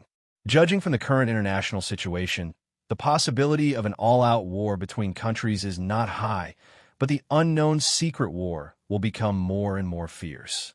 This is a competition between elites. The impact of victory and defeat is more far-reaching than that of an all-out war, and the damage to the country is greater. Therefore, in the next few decades, the status of the elites who come out of the 2 special warfare academies, the Sky Academy and the Deep Sea Academy, will be more important. Tianlan, if you can seize this opportunity to rise, then the veterans at the border can live freely and go wherever they want to go. As long as you are there, no one dares to bully them. Isn't this the purpose of you coming to the Sky Academy? Of course, Li Tianlan said with a calm expression. I'm sure I can get them out of that primeval forest, and it won't take long. I believe in you. Qin Weibai turned around and looked at Li Tianlan, her eyes focused and serious. She hesitated for a moment and suddenly said, I can also tell you a piece of news. Although your father's treason seems to have been settled, this is just the surface. This case is still confusing in the eyes of the higher-ups, and there is no definite conclusion so far. If you want to investigate, there may be a lot of clues now. So, your father may have really committed treason, but it is also possible that he was framed. Framed? Who framed him? Li Tianlan's eyes suddenly focused. At this moment, although he was still calm, there was a hint of danger in his whole body, like a huge wave in the deep sea. The surface was slightly rippling, but the depth was already surging like a tide. This needs you to investigate. Qin Weibai shook her head and said, How should I investigate? Do you have any clues? Li Tianlan asked subconsciously. I'm just a businessman in Zhongzhou State. How can I have clues? That matter was of great importance, and all the information was sealed. Without special permission, you can't see it at all. Tianlan, climb to a high enough position. At the very least, you have to come into contact with that information before you have the qualifications to start investigating. I'm willing to always stand behind you. As you move forward, no matter what you need, as long as I have it, I can give it to you. Qin Weibai looked at Li Tianlan and said softly, Thank you. Li Tianlan looked at her deeply and said in a deep voice. Qin Weibai smiled gently and shook her head. She said, I'm going to leave Huading for a while, maybe a few months, but no more than a year. During this time, I hope you can make some achievements.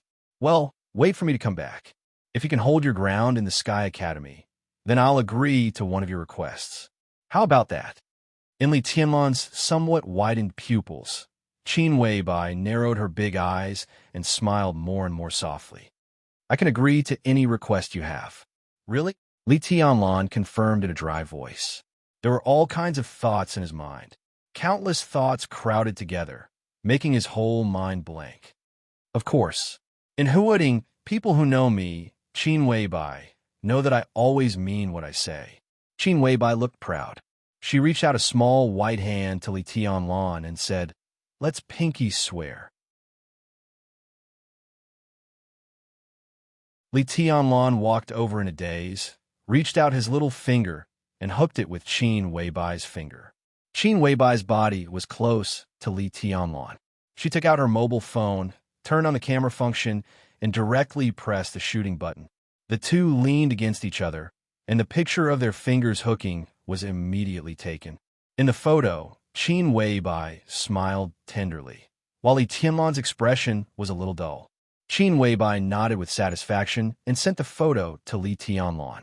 Then, she set the photo as the screen of their mobile phones. They had the same mobile phones and the same screen. Qin Weibai waved the two mobile phones in front of Li Tianlan. She smiled and asked, "Do I look good?" Li Tianlan nodded in a daze. "Silly, so ugly." Qin Weibai giggled and reached out to pinch Li Tianlan's face directly.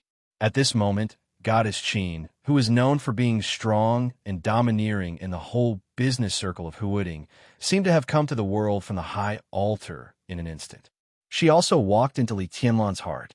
Qin Weibai put the mobile phone back in Li Tianlan's hand, took 2 steps back, and suddenly said, "I'm leaving." She did not wait for Li Tianlan to answer. She turned and walked out of the room directly, natural and unrestrained.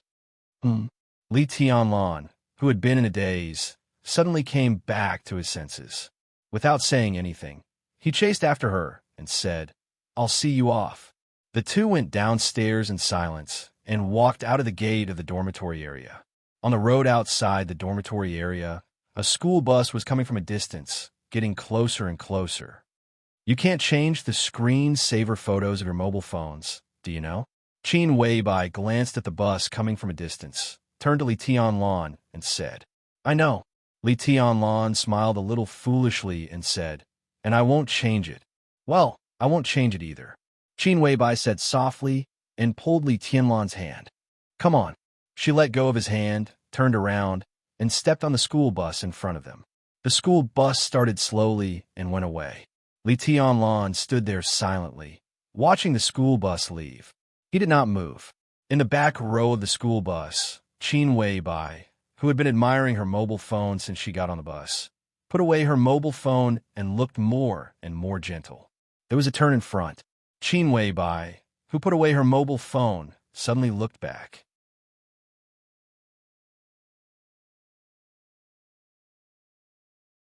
Chapter 8. It was still sunny in Huading in the morning, but the weather suddenly changed in the afternoon. Over the Sky Academy, the clear sky darkened at a very fast speed. The clouds were getting lower and lower, and the air began to become dull. The Sky Academy, which was originally very quiet because it was not the first day of school, also became even quieter. The rain poured down in buckets in the evening. Li Tianlan, who had dinner outside, was wandering around. The sudden heavy rain almost instantly drenched him. By the time he hurried back to the dormitory, his clothes had been completely soaked. This made Li Tianlan both distressed and annoyed. Although the clothes he was wearing looked ordinary, the price was not simple at all. Shirt, trousers, leather shoes, and underwear.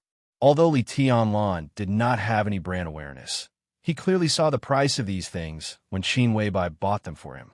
They added up to nearly 50,000 renminbi, which was a fortune that could allow him to travel back and forth between Huading and the border countless times. Wearing them made him feel as if he was covered in banknotes from head to toe. Li Tianlan could not help but care about it. But now he was completely soaked, so when he returned to the dormitory, he took off his clothes and washed them. Then, he put on the school uniform of the Sky Academy. Although it was called a school uniform, it was actually a very ordinary camouflage uniform, but the color was lighter than the camouflage uniform of the ordinary army. This thing was specially sent to him in the afternoon. There were 3 sets in total, and they were matched with 2 pairs of military boots. After changing into them, Li Tianlan moved about casually for a while and found that they fit him well.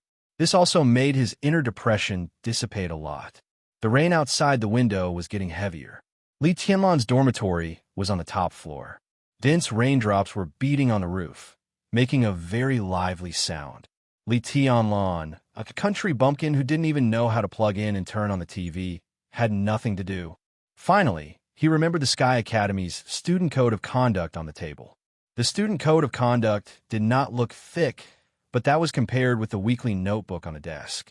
In fact, the student code of conduct was at least 100 pages thick, which showed that there were many things to pay attention to in the Sky Academy.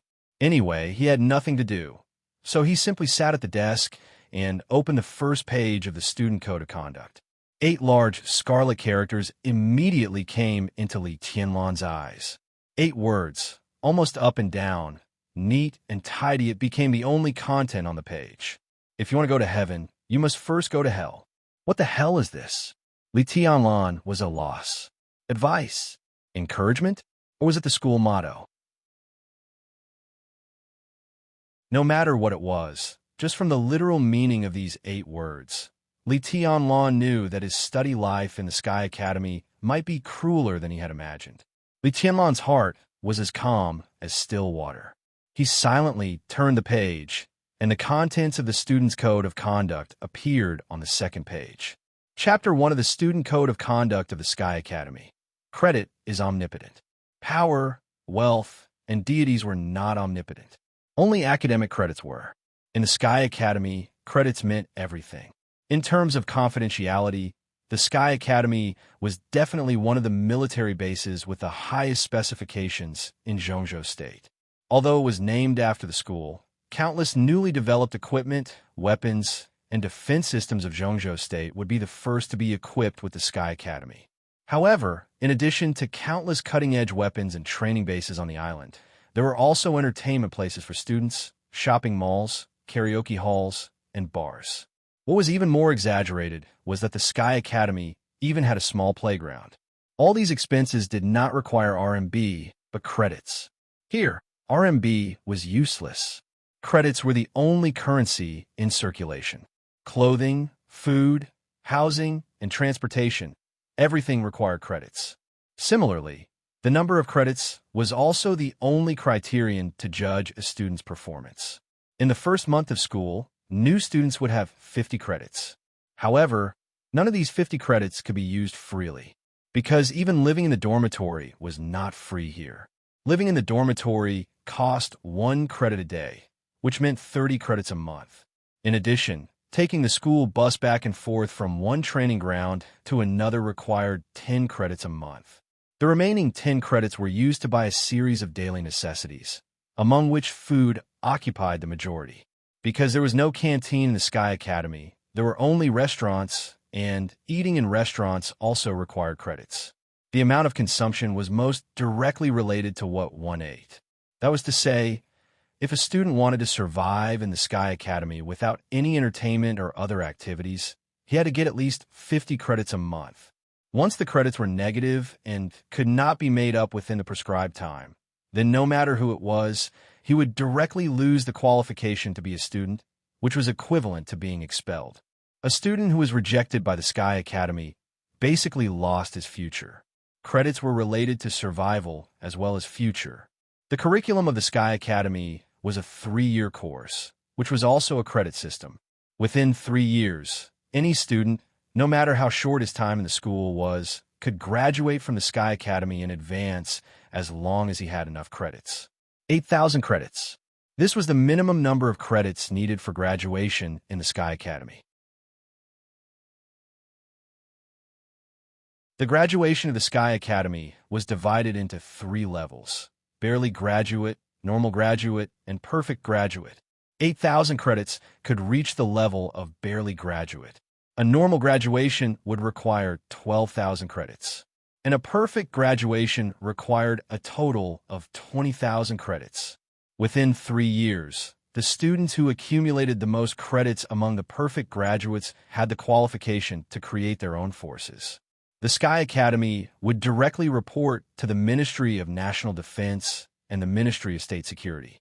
The forces created by the students were nominally under the leadership of the Ministry of State Security or the Ministry of National Defense, but in fact, they were free to develop and expand, create their own forces. This was the most attractive thing about the Sky Academy and the Deep Sea Academy. This precious quota, which could only be produced every 3 years, was also Li Tianlan's goal in coming to the Sky Academy. But after reading the student code, he realized how difficult it was to achieve this goal. It was not easy to accumulate 20,000 credits to be a perfect graduate, not to mention to rank first among all the perfect graduates in terms of accumulated credits. There were various ways to earn credits in the Sky Academy. The most common way was to complete the daily courses and training tasks of the Sky Academy. As long as they reached the passing line, they could get a credit as a reward. If they failed, then double credits would be deducted. The training tasks would also be ranked, and the top 3 would get an extra credit as a reward. There were such tasks basically every day, but there were not too many. If they passed all the tasks, it was enough for the students to survive here, and they could even occasionally go to entertainment and relax. But it was obviously not feasible to accumulate at least 8,000 credits in 3 years. Therefore, in addition to the daily training tasks, there were also a large number of internal work tasks and field tasks within the Sky Academy. The so-called internal work was nothing more than doing odd jobs within the academy, such as mopping the floor, cleaning the toilet, organizing the library, and so on. In addition, the work of the senior sister who was responsible for the reception of the new students today and the senior brother who delivered the clothes to him today could also be regarded as internal work tasks. This kind of work could earn them about 1 or 2 credits a day. Obviously, the real experts did not care about this kind of task. They would only aim at the field tasks. But even the field tasks of the lowest difficulty were also risky. The Sky Academy would set different credit rewards for these tasks according to their difficulty. For example, the tasks of hunting down traitors, assassinating important figures of the enemy country, and going deep into the enemy's rear to fight obviously gave more credits than ordinary field tasks. The credit rewards were basically more than 100, and there were even tasks with hundreds of credits. This could be said to be the most rewarding task, but it was also extremely dangerous. The danger did not come from the enemy, but from the colleagues. The field task system of the 2 special warfare academies, the Deep Sea Academy and the Sky Academy, was shared. Therefore, when the students of the 2 academies carried out the field tasks, they would often collide. There was only one task, so the 2 sides were bound to compete. If there was competition, there would naturally be fighting. In many cases, the students of the 2 academies fought for credits, even more fiercely than when they fought against the enemy. There's a lot of introduction about credits in the Student Code of Conduct, which occupied almost 1/3 of the content of the code. Li Tianlan's expression remained calm as he read the code page by page. Among the countless introductions to the tasks, there were 3 tasks with the highest credit rewards. The first one was the internal maneuver of the Sky Academy once a year. The maneuver began from the first stage to the end, spanning the whole year, and each stage had different credit rewards. The student who got the first place would be rewarded with up to 600 credits. The second one was the annual maneuver between the Sky Academy and the Deep Sea Academy. The student who got the first place would be rewarded with 1,000 credits. However, the 1,000 credits might be rewarded by the Sky Academy to its own students or by the Deep Sea Academy to their students. The third task also had a reward of 600 credits, but the content of the task surprised Li Tianlan. The weekly task. He would record it every week and hand it in every month, and the credits would be issued every year, 200 credits at a time. With such a high score, no wonder Qin Weibai would say that the weekly task was one of the most important tasks of the Sky Academy. Li Tianlan shook his head and put down the Student Code of Conduct in his hand.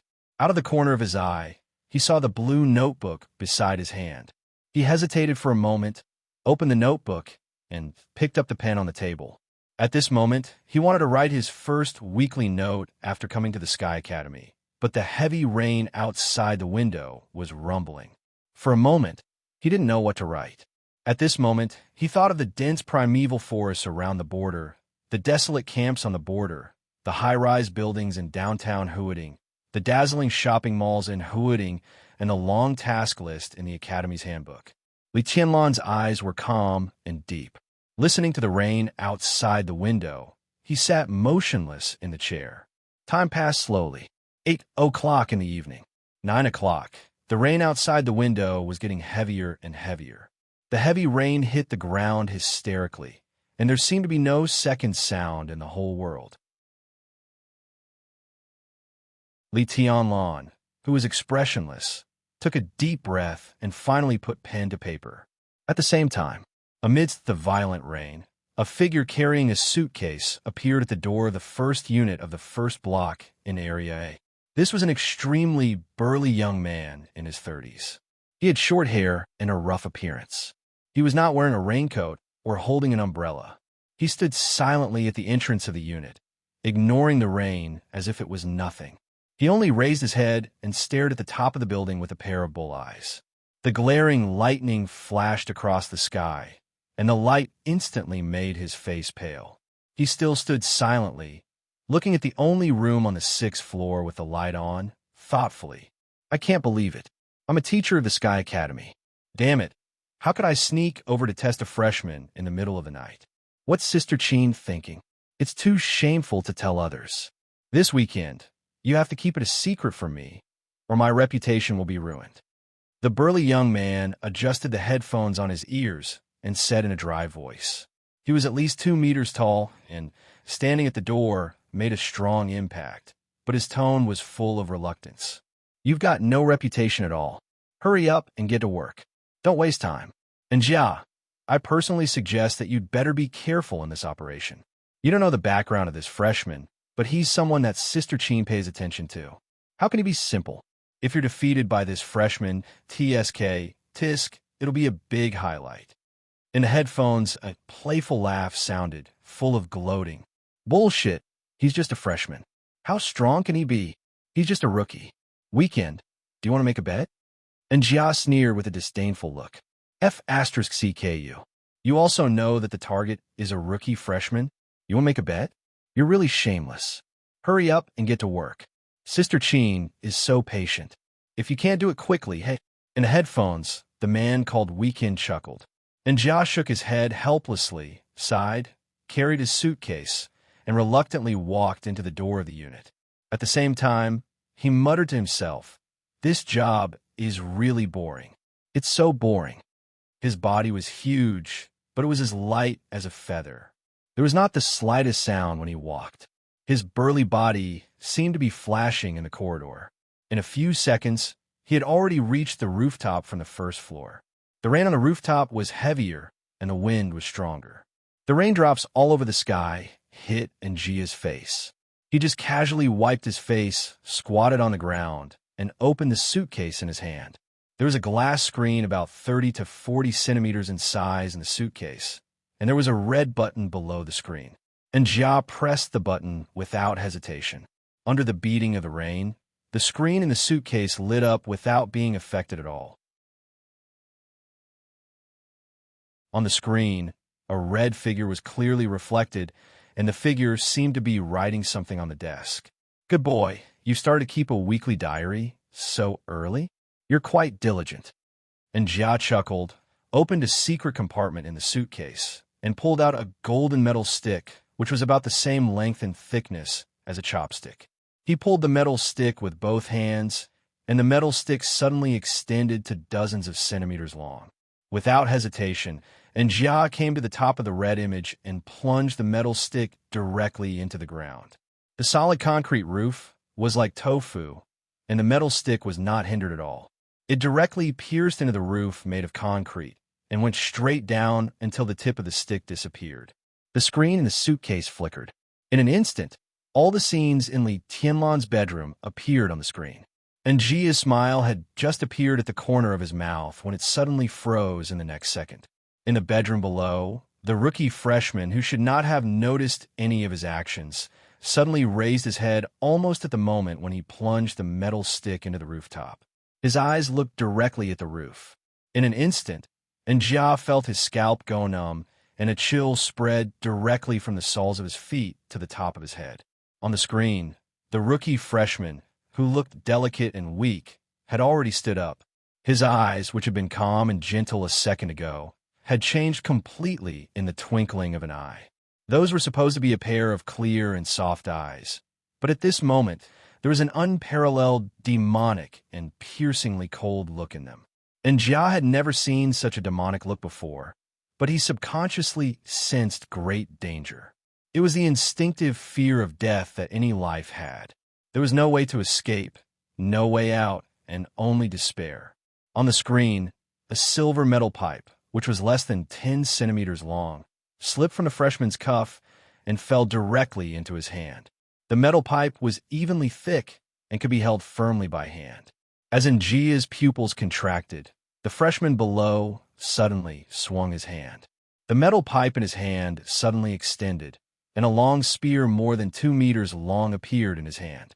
In the bedroom, Li Tianlan's eyes became more and more demonic. He held the spear with one hand, aimed it at the roof, and thrust it straight at it without hesitation. Outside the window, it was raining heavily, and thunder suddenly rumbled. The spear in the room went straight through the sky. The silver spear pierced directly into the roof. With a loud bang, a big hole with a diameter of nearly 3 meters suddenly appeared on the thick roof. Rain fell from the hole, but a large piece of the roof, which was made of reinforced concrete, was broken into countless stones, which continued to shoot into the air. Li Tianlan's figure had already rushed out of the hole in the roof. His eyes were directly fixed on Njia, who was hiding on the rooftop in a panic.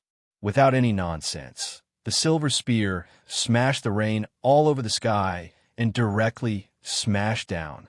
It happened almost at the same second. In Li Tianlan's bedroom, tiny but extremely dazzling electric arcs began to flash at the wardrobe.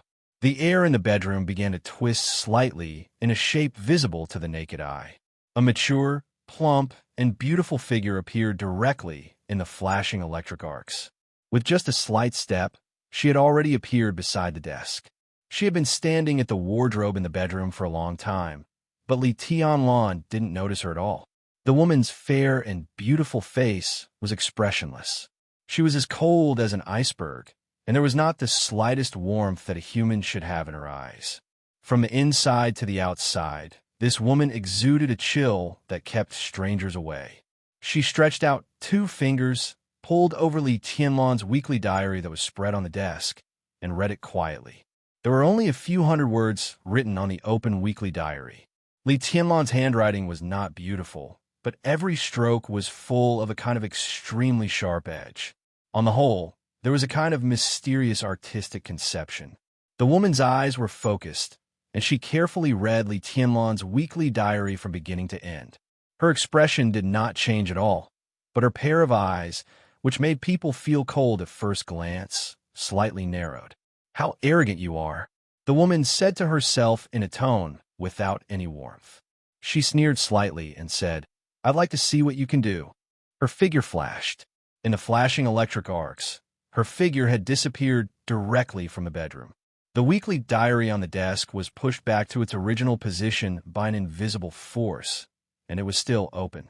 On the white page, the ink on the last few lines of Li Tianlan's words had not yet dried, and the sharpness between the lines was even stronger. What rises will eventually fall. What is beautiful will eventually be broken.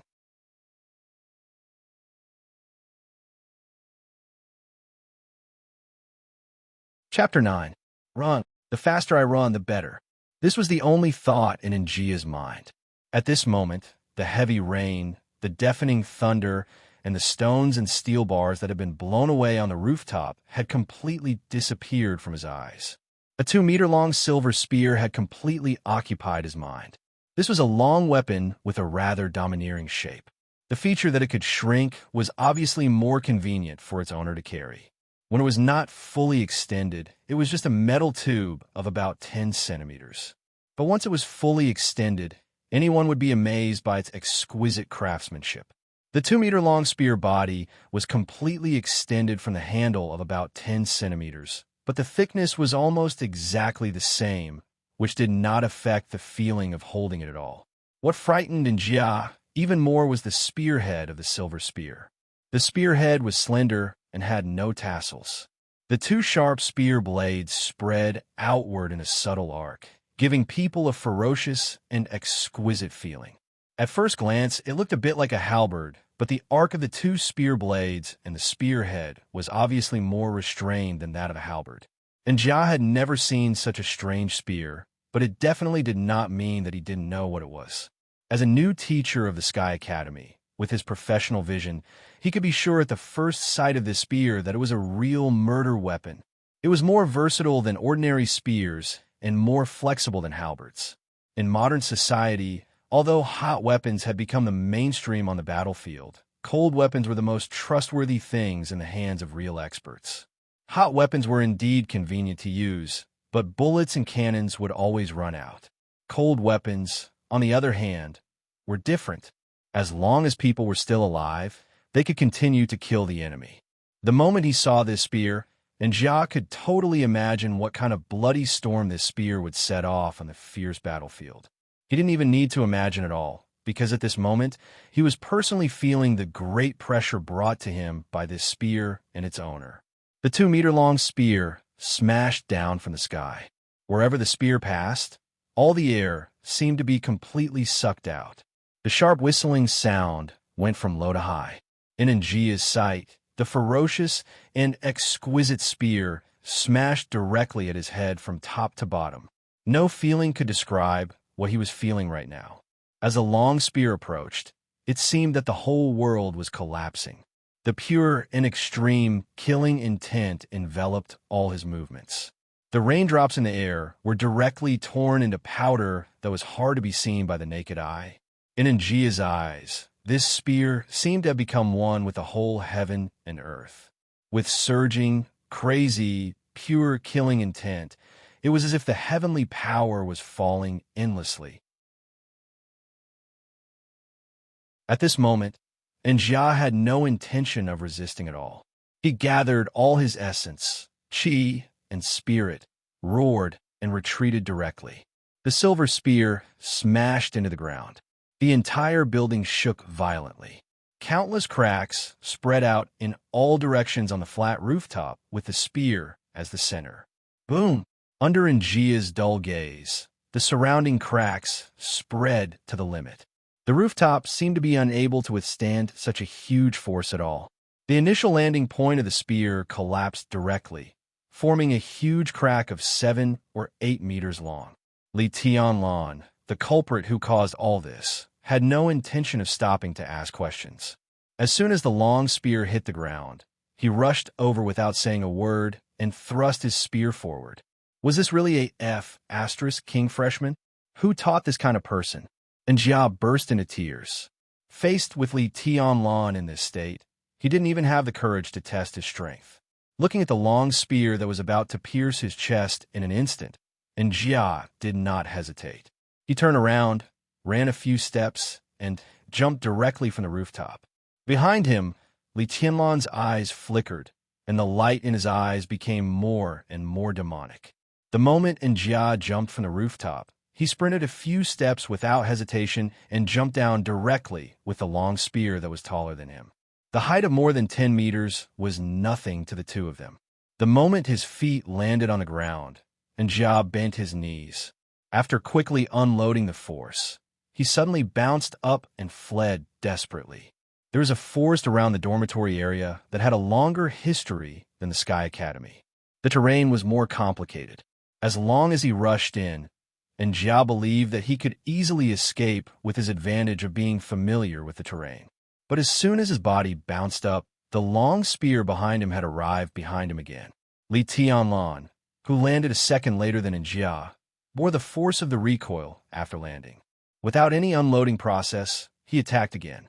His head, chest, and back.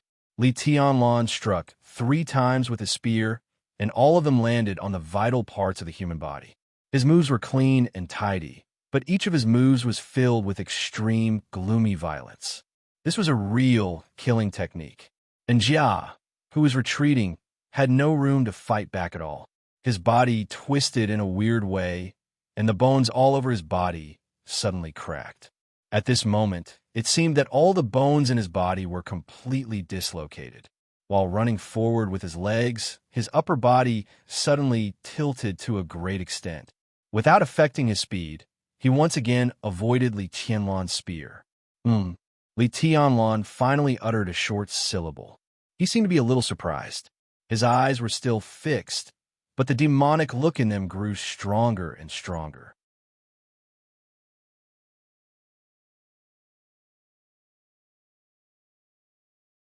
Crack!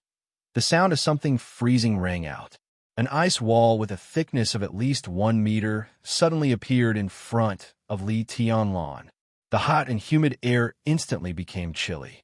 Li Tianlan's eyes became more and more demonic and cold. Although he could feel that the opponent was not weak from the speed of his escape, he found that he still underestimated the opponent. The void turned into an ice wall. This was not a special ability, but an expert in the ice-condensing realm of the 4 realms of martial arts. The ice wall was more than 1 meter thick. Although it was made with the help of the rain, Li Tianlan could completely conclude that the opponent's strength had definitely completely surpassed the chi-controlling realm and had completely stabilized in the ice-condensing realm.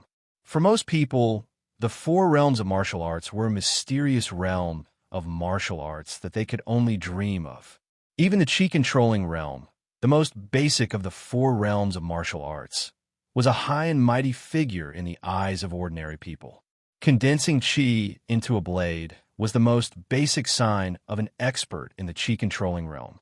The chi here did not refer to things like internal force and qigong, but the air around the body. An expert in the chi-controlling realm could completely use the strength of his muscles and bones to compress the air in front of him to the extreme in an instant burst. The greater the strength and the faster the speed, the higher the degree of compression of the air. When a person's strength and speed broke through a certain limit, in an instant burst, his hands did not even need to attack the enemy, but the compressed air in front of his hands could hurt the enemy. This was condensing chi into a blade, also known as the chi-controlling realm. Compared with the chi-controlling realm, the ice-condensing realm was more advanced. As everyone knew, there was a small amount of water and steam in the air, and the strength and speed of an expert who had surpassed the chi-controlling realm had already reached a level that ordinary people could not fathom.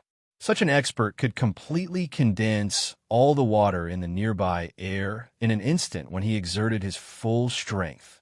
Condensing water into ice was the sign of the ice-condensing realm. Now the ice wall that suddenly appeared in front of Li Tianlan was more than 1 meter thick.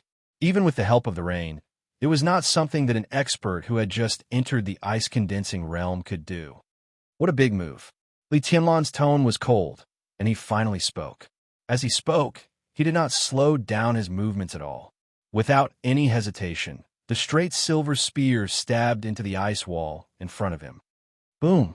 The raging power vibrated wildly. The falling rainwater within 3 meters of Li Tianlan's body all rose in an instant. The ice wall in front of him, more than 1 meter thick, turned into ice cubes in the blink of an eye like tofu. Several thick trees inside the ice wall were directly broken into sawdust under the vibration of the huge force. Amid the sawdust and ice cubes all over the sky, Li Tianlan, who had also exerted his full strength, took a step forward and rushed toward Jia with the spear in his hand still in a stabbing position. The spear moved with the person, and the person moved with the spear. At this moment, Li Tianlan seemed to have become a part of the spear. With a violent killing intent that was enough to tear apart all obstacles, he rushed straight toward Jia.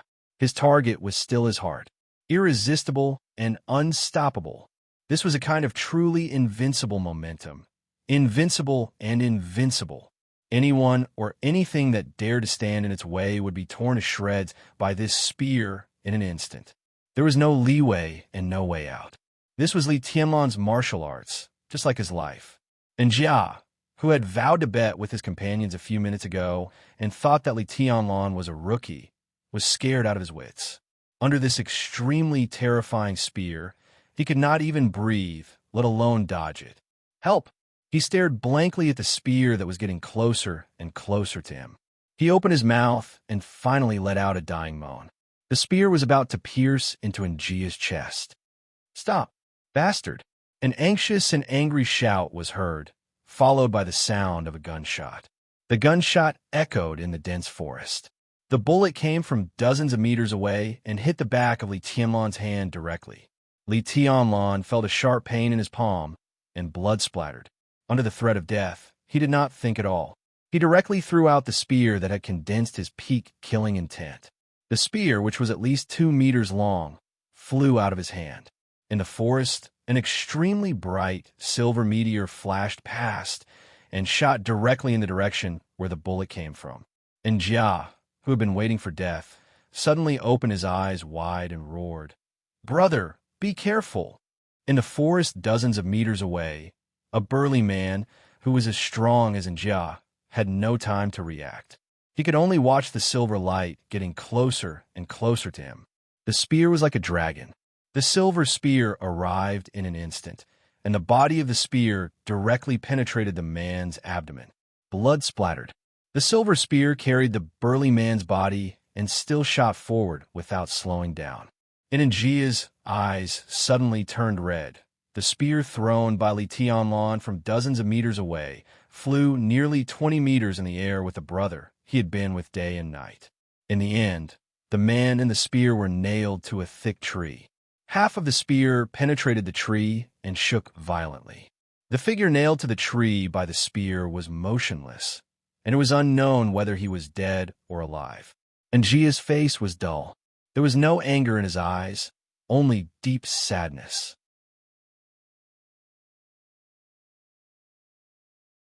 Li Tianlan, who was empty-handed, wiped the blood on his hands expressionlessly. Then he narrowed his eyes at Njia and said softly, "You go to hell too." Njia did not make a sound. The scene of Li Tianlan nailing another expert in the ice-condensing realm from dozens of meters away was like a nightmare in his heart. Similarly, it was seen by the 2 old men on a big tree dozens of meters away from Li Tianlan. They were Yu Donglai and Zhuang Huayang, the principal of the Sky Academy, who had come to watch a good show. The 2 came over in high spirits, but they saw a wonderful show that was absolutely not good to watch. What a strong momentum. This boy has probably vaguely touched the invincible realm. At the very least, it is quite possible for him to enter the thunder-shocking realm before the age of 30. Damn it, I've misjudged him. Old Zhuang, his aptitude is much better than Qin Ku's, isn't it? Yu Donglai was silent for a few seconds and sighed softly. He had regained his composure on the surface, but his heart was already full of stormy waves. He knew Li Tianlan's identity. Li Tianlan had such combat capability, but he had not yet entered the 4 realms of martial arts. Yu Donglai was sure that there was a special reason for this. How could such a person be a loser? He was simply a monster. Thinking of Li Tianlan's identity and the treason case that was still confusing and full of doubts, Yu Donglai's expression was complicated. With the appearance of this boy, the special warfare system of Zhongzhou State would probably be quite lively in the future, wouldn't it?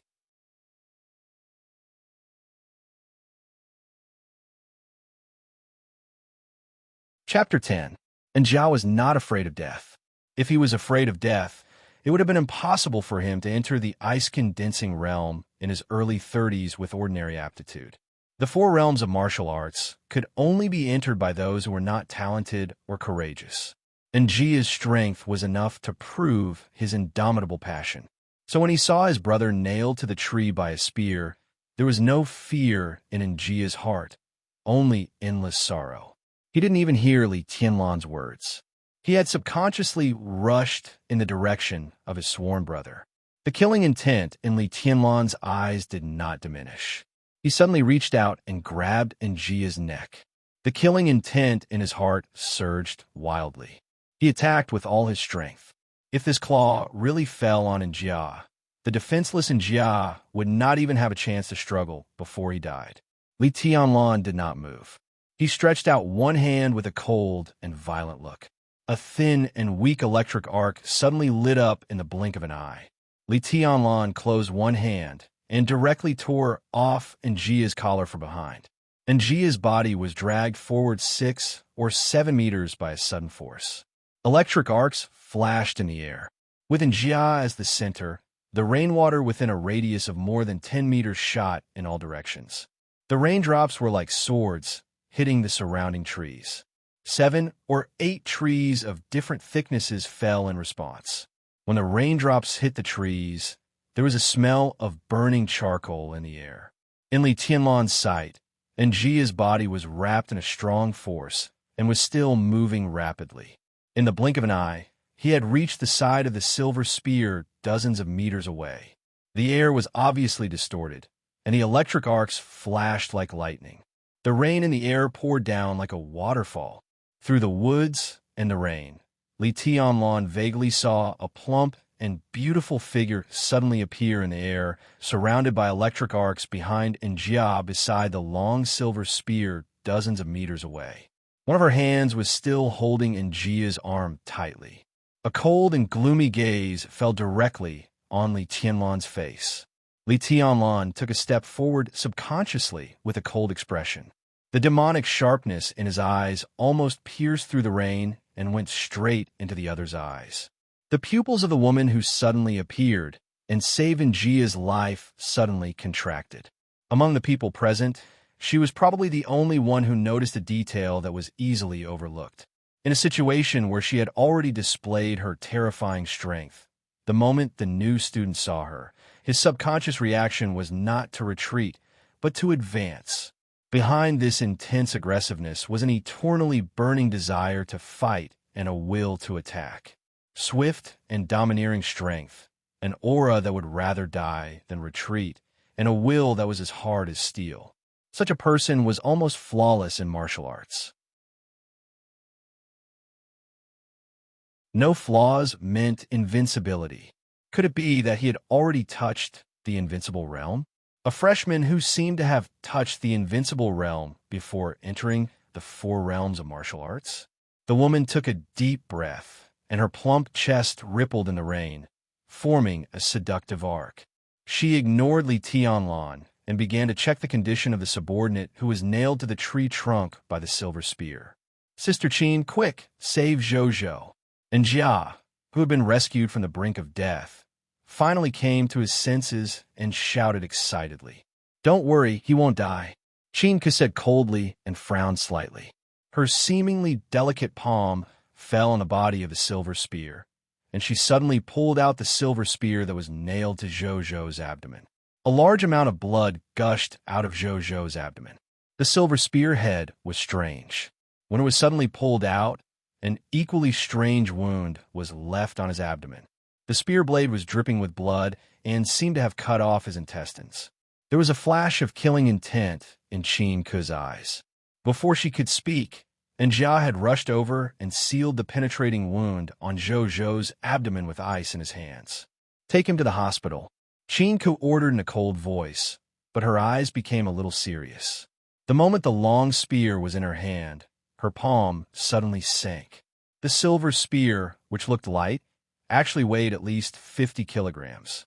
It could be seen that the freshman not far away was much more powerful than she had imagined. "I didn't let them go. I'll see who dares to move." A soft and deep voice came. At a distance of tens of meters and through the heavy rain, Li Tianlan's voice seemed to ring in their ears. It was elegant and calm, with extreme danger and strangeness. And Jia, who had planned to leave with Zhou, suddenly froze. Qin no longer concealed the killing intent and coldness in her tone. She said angrily, "Who do you think you are? How dare you be so domineering in front of me?" She raised her hand and suddenly exerted force. As the electric arc flashed, the silver spear that weighed more than 50 kilograms pierced through the night rain in the forest and rushed straight to Li Tianlan. And Jia quickly withdrew from the battlefield with his injured companion on his back. At the same time, Li Tianlan moved. "Forward! Charge!" In an instant, the raindrops falling from the sky all tilted toward Qin with his charge. Li Tianlan's speed seemed to be faster than the silver spear. The distance of tens of meters was quickly shortened. His body and his silver spear seemed to have become a straight line in an instant. The man and the spear were about to collide. In Qin's quickly focused eyes, Li Tianlan leaned his body and grabbed the long spear that almost brushed past his shoulder. The spear with Qin's power desperately pulled his body backward. The blue veins on Li Tianlan's arms bulged, and the joints all over his body crackled under the impact of the huge force. But his eyes were calm and strange, like the abyss. He didn't retreat. He didn't retreat even half a step. Li Tianlan, who was holding the long spear tightly, suddenly jumped up. The heavy rain fell. His body rose. The long spear, more than 2 meters long, turned in Li Tianlan's hand and suddenly formed a natural arc. The bloodstained spear blade came with a high whistling sound. The calmness and strangeness in Li Tianlan's eyes faded, leaving only complete madness. He was a madman who was already invincible in the same realm. Qin Ke's mind was racing. Facing the long spear that was crazily chopping down, she just raised a white and slender palm. At the moment when the spear blade and the palm seemed to touch, Qin Ke suddenly flicked her fingers. Thunder suddenly sounded between heaven and earth. In the woods, in the heavy rain, a bright electric light instantly bloomed between Qin Ke's fingers. The electric light was bright and dazzling, shooting straight into the sky.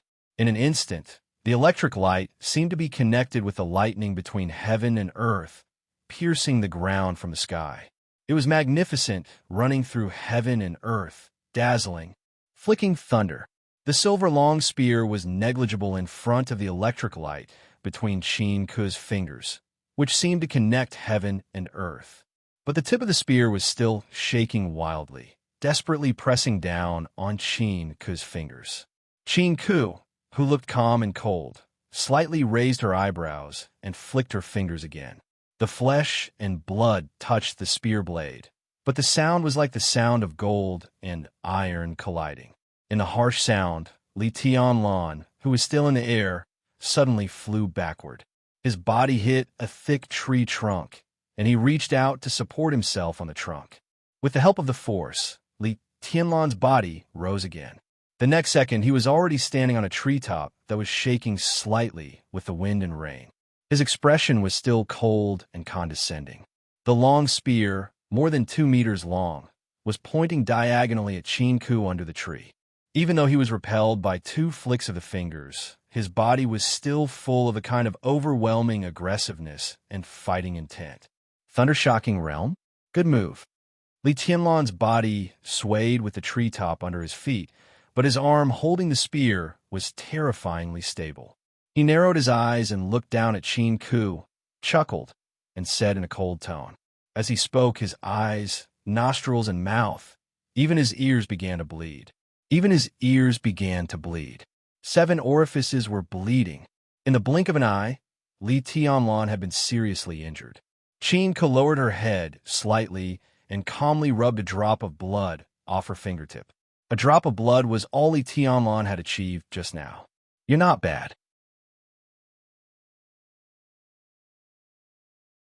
You have such strength before entering martial arts. When you enter the thunder-shocking realm, I'm afraid you'll be invincible under the invincible realm. Qin Ke raised her head and looked at Li Tianlan, who was bleeding from 7 orifices, and said indifferently. She was telling the truth. With Li Tianlan's strength before entering the 4 realms of martial arts, if he really rushed to the thunder-shocking realm in time, all the people in the same realm as him would be a joke. The potential of this freshman was so amazing that it made her a little flustered. All under the martial arts were nonentities. The correct interpretation of this sentence should be that all under the chi-controlling realm were nonentities. And she was an expert of the thunder-shocking realm. The thunder-shocking realm, which was second only to the invincible realm, was a rare super high-end combat capability for all countries in the world. Not to mention dealing with a nonentity who had never entered martial arts.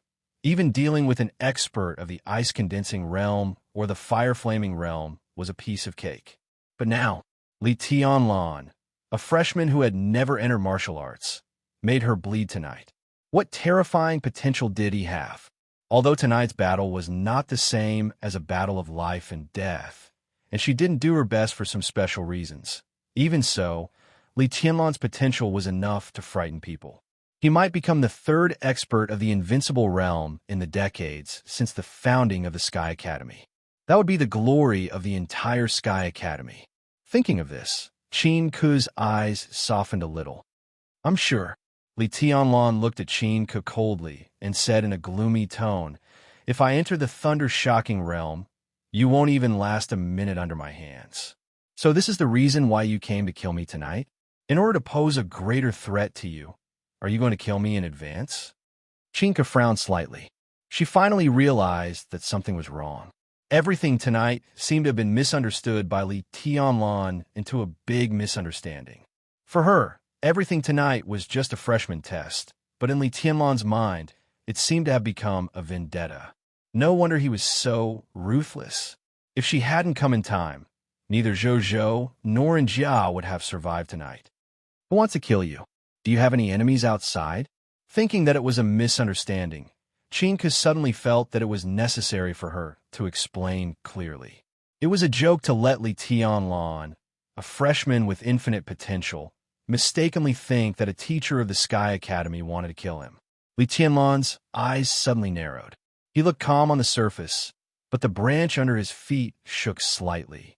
He lowered his head and slowly wiped the blood from the corner of his mouth. His movements were feminine, covering up the shock in his heart. I'm Qin Ku, the deputy director of the teaching office of the Sky Academy. Everything tonight is just a normal freshman test. I mean no harm. This is my work permit. It's up to you to believe it or not. Qin Ku glanced at Li Tianlan and said again. At the same time, she took out a certificate and threw it to Li Tianlan on the tree. Li Tianlan subconsciously took it and glanced at it. Suddenly, tens of thousands of horses galloped in his heart. It was not a vendetta caused by the exposure of his identity, but a so-called freshman test. So, I was seriously injured, and so was Zhou just now, just because of this test? Li Tianlan asked, staring at Qin Ku with the certificate in his hand. You overreacted. Li Tianlan, you must understand what kind of place the Sky Academy is. Here, no force can bribe a teacher to kill his students. This is the rule. Qin Ku said coldly. Li Tianlan was silent. Qin Ku's words really caught him off guard, and he needed time to digest them. After a while, Li Tianlan slowly said, For anyone who may threaten my survival, the only thing I can do is to kill them at all costs. My life is very important, so I have to stay alive. Director Qin, please convey my apologies to Mr. Zhou for what happened tonight. They were wild and unruly, and they were very vigilant. Qin Ku directly came to these two conclusions. Until now, Li Tianlan still did not come down from the tree. Instead, he cautiously kept a distance from her, which showed that he did not fully trust her. Moreover, the explanation he gave was harsh enough. At least when Qin Ku heard it, she felt a little uncomfortable. Your life is important, but are the lives of the teachers of the Sky Academy not important? Qin Ku took another deep breath and said in a sarcastic tone, What does it have to do with me whether their lives are important or not? Li Tianlan lowered his eyes and said in a cold tone, You. Qin Ku flew into a rage, but she forced herself to restrain herself. Indeed, Li Tianlan did not know Zhou at all. Zhou's life and death had nothing to do with him. But was that all? Li Tianlan cherished his life so much. If his brothers and comrades around him were also in a life-and-death crisis, what choice would he make? Qin Ku took a deep look at Li Tianlan. This problem needed to be slowly observed in the next few years. Fortunately, there was still time. If there's nothing else, I should go back. Miss Qin, my bedroom is seriously damaged. If possible, I plan to apply for a new dormitory. Li Tianlan's tone became calm and gentle again. At this moment, he seemed to put on a harmless mask again. Make do with another room tonight, and I'll change it for you tomorrow. Qin Ku said in a cold tone. The accommodation in the Sky Academy was still very abundant, so it was naturally not a problem to change dormitories. Thank you. Li Tianlan thanked her with a smile and reached out. The long spear pointed at Qin Ku suddenly shrank into a metal tube more than 10 centimeters long and was put into his sleeve. Qin Ku's eyes moved. She was obviously a little curious about this exquisite but extremely heavy long spear. She asked casually, What's the name of this spear? It's called Human Emperor. Li Tianlan glanced at Qin Ku and replied in a gentle tone. Human Emperor? Qin Ku raised her eyebrows, and her eyes instantly became extremely strange. Qin Ku raised her eyebrows, and the look in her eyes instantly became extremely strange. Li Tianlan asked in confusion, "Do you know the 12 murderous weapons of the Dark World? Do you know the 12 murderous weapons of the Dark World?" Qin Ke's expression became more and more strange. It had to be said that she was indeed an extremely beautiful woman. It was just that her usual expression was too cold. When she slightly revealed some human-like expression, it immediately made her charm rise by a few levels. However, after getting to know Qin Weibai, Li Tianlan already had a detached mentality that treated other beauties as fleeting clouds. His heart was as still as water. He shook his head casually and said, "Never heard of her. About 15 years ago, Night Spirit, a super force in the Dark World, went east to Zhongzhou State in order to snatch a top-secret blueprint of a military project. One of the two dominators of Night Spirit, Heaven Heart, an invincible realm expert, personally took action and started a massacre at the border of Zhongzhou State. A patriarch of a top noble family in Zhongzhou State went to fight. In the end, he killed Tian Xen, an invincible realm expert of Night Spirit, with one shot in the sky 20,000 meters away. Tian Xen was smashed to pieces, and no bones were left. Do you know what weapon that patriarch used?" Qin Ke asked slowly. Her tone was still cold and indifferent, yet her eyes were suffused with the color of fervor, and it was the adoration and respect towards absolute experts. "Didn't you say it yourself? Shoot them with a gun." Li Tianlan was also shocked, but his tone was still steady. "Yes, he used a gun, but it was different from your long spear. He used a sniper rifle. Coincidentally, that gun is also called Human Emperor, the first of the 12 murderous weapons of the Dark World. Such an outstanding person and such a famous gun are worthy of the name Human Emperor. As for you and your weapon..." Qin Ke paused and did not continue. Li Tianlan also fell silent, but the Human Emperor that he had put into his sleeve fell into his palm again, and he held it tightly. The heavy rain in the woods continued, and thunder rolled. Pale lightning tore through the sky.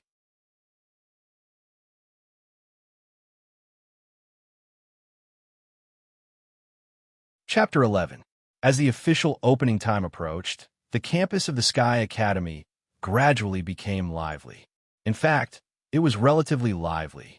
The campus of the Sky Academy was extremely large. It was dozens of kilometers in length from east to west and width from south to north. There were less than 3,000 teachers and students scattered on the vast land.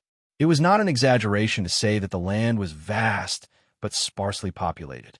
In the absence of unified action, the campus seemed empty most of the time. Fortunately, the dormitories in the school were relatively dense. All the teachers and students were gathered in one area. As more and more freshmen entered the school, the endless stream of freshmen directly added a lot of noisy atmosphere to the school at mealtime every day.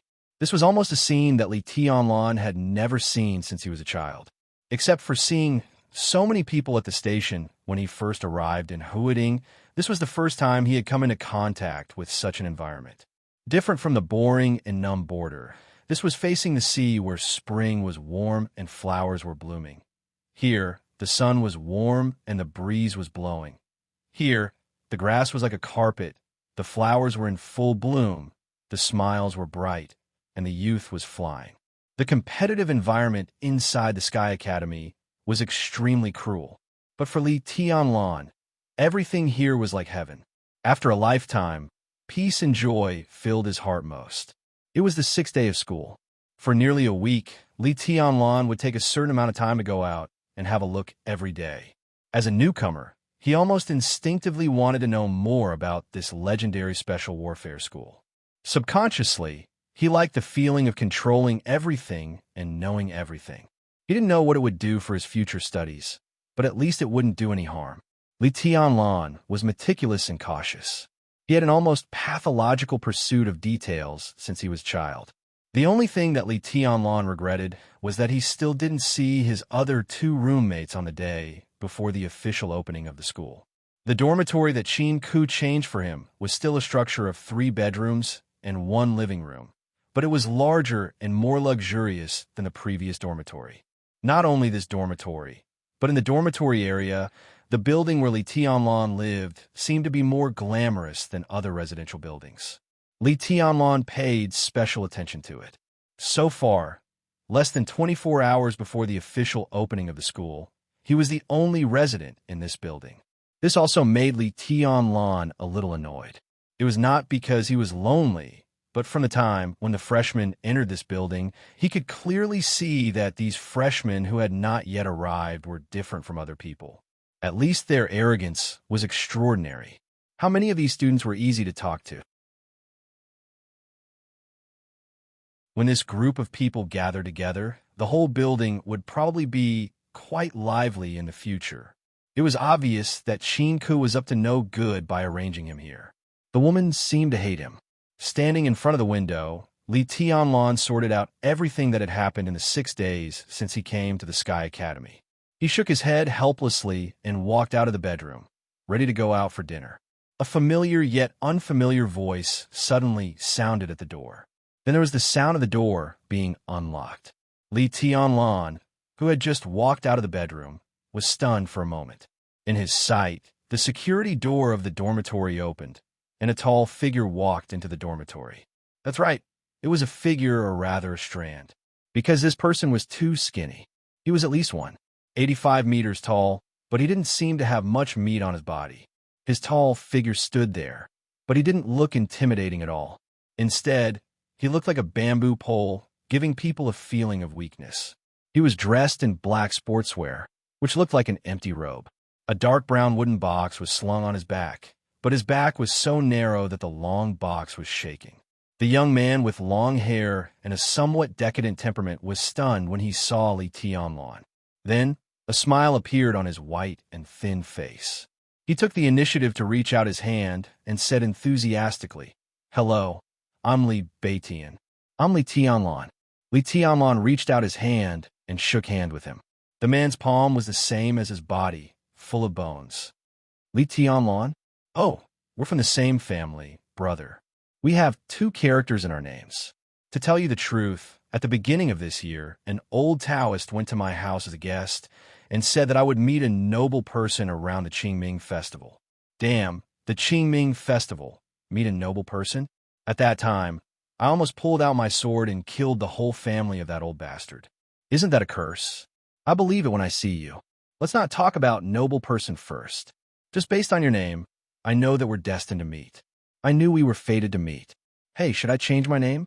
My name is Li Tianbai. If we go out like this, will people think that we're brothers?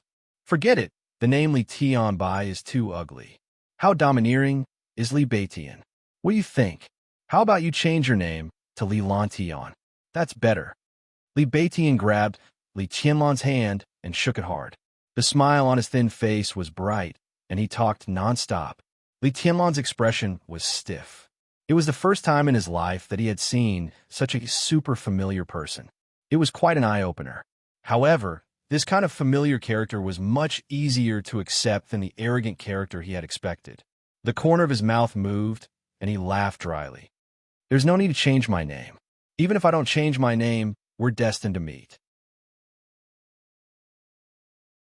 Besides, Li Tianlan hesitated, but in the end, he couldn't turn a blind eye to such an obvious point. He directly complained, "Besides, if I change my name to Li Lantian, what kind of heaven will you worship?" Well, that makes sense. Li Beitian pondered for a while and nodded in agreement. "If you change your name, I'll become a joke. Where's my room?" Li Tianlan could barely keep up with this kind of jumping thinking.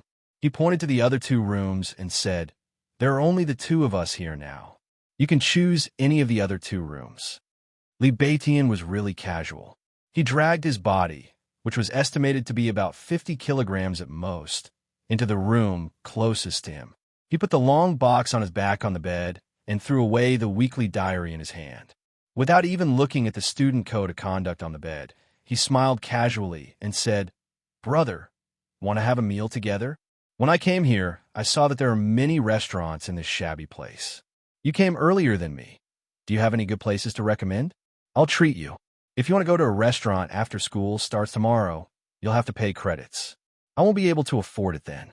I'll go to the nearest one." Li Tianlan's tone was calm. He was not particular about food. As long as there was meat, he was satisfied. The food in the cafeteria might be ordinary to others, but it was truly delicious to him. You don't know how to live. Li Beitian rolled his eyes and took out his mobile phone. Wait a minute. I'll grab a girl, and let's have a good meal together. I'll ask her to book a table first. 3 people, right? Do you have any friends? Li Tianlan suddenly thought of Yu Qingyan. Although he was related to Qin Weibai and Yu Donglai, he was not very familiar with Yu Qingyan. In the past 6 days, they only had a meal together. Now he should ask her to come. However, looking at the smiling bamboo in front of him, Li Tianlan was a little hesitant. If he asked Yu Qingyan to come, would he be like a lamb walking into a tiger's mouth? He shook his head subconsciously. Before he could speak, the burglary-proof door of the dormitory rang again. A young man, who looked about 22 or 23 years old, walked into the dormitory with a big bag. Compared with Li Beitian, who was like a bamboo, his new roommate at least looked more reliable. He was of medium build, short hair, thick eyebrows, big eyes, and bronze skin, looking very masculine. He was not handsome, but he was angular and had a very tough aura. What was more different from Li Tianlan and Li Beitian was that he wore a dark green military uniform. His body was straight, and he stood there with a strong and iron-blooded aura. Li Tianlan nodded at him and took the initiative to say, "Hello, I'm Li Tianlan." The man in the military uniform nodded, his face cold. Hearing the voice, Li Beitian walked out of his room and looked at his new roommate. He raised his eyebrows slightly, and his eyes stopped at the badge on his shoulder. He smiled and said, "Not bad, brother. You're already a major at such a young age. You don't look older than me. Which army are you from?" "Border Control Corps, Ning Qianqing." The major was a man of few words. When he mentioned the Border Control Corps, his words were full of clear pride.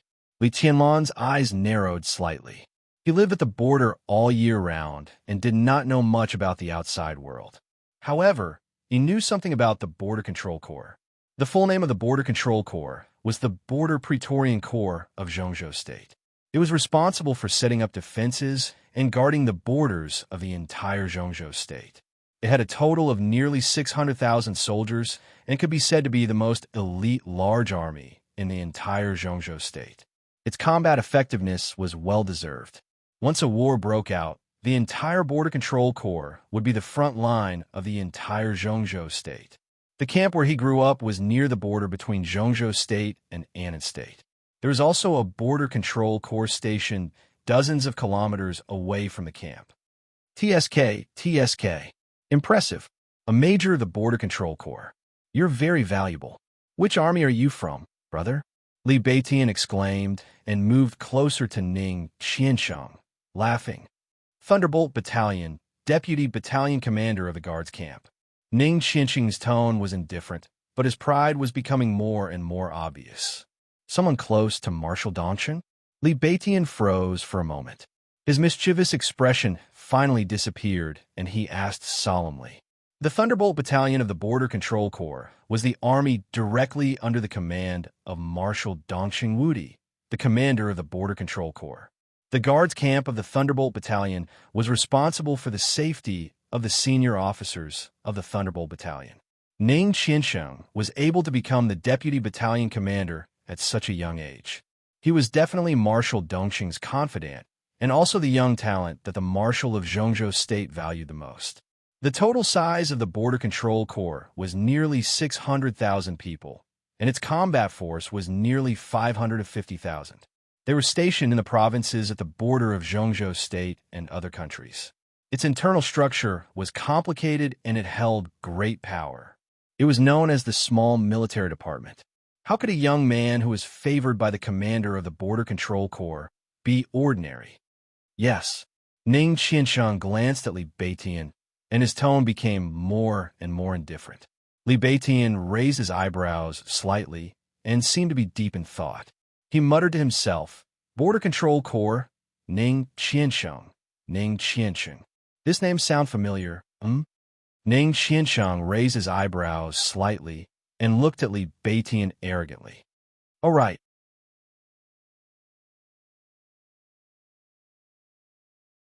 Li Beitian suddenly slapped his head. Ning Qianqing of the Border Control Corps, Drunbility Chung. Are you Drunbility Chung? Drunbility Chung. Li Tianlan, who was watching from the side, twitched the corner of his mouth and almost burst out laughing. Li Beitian ignored Ning Qianqing's almost spitting fire eyes.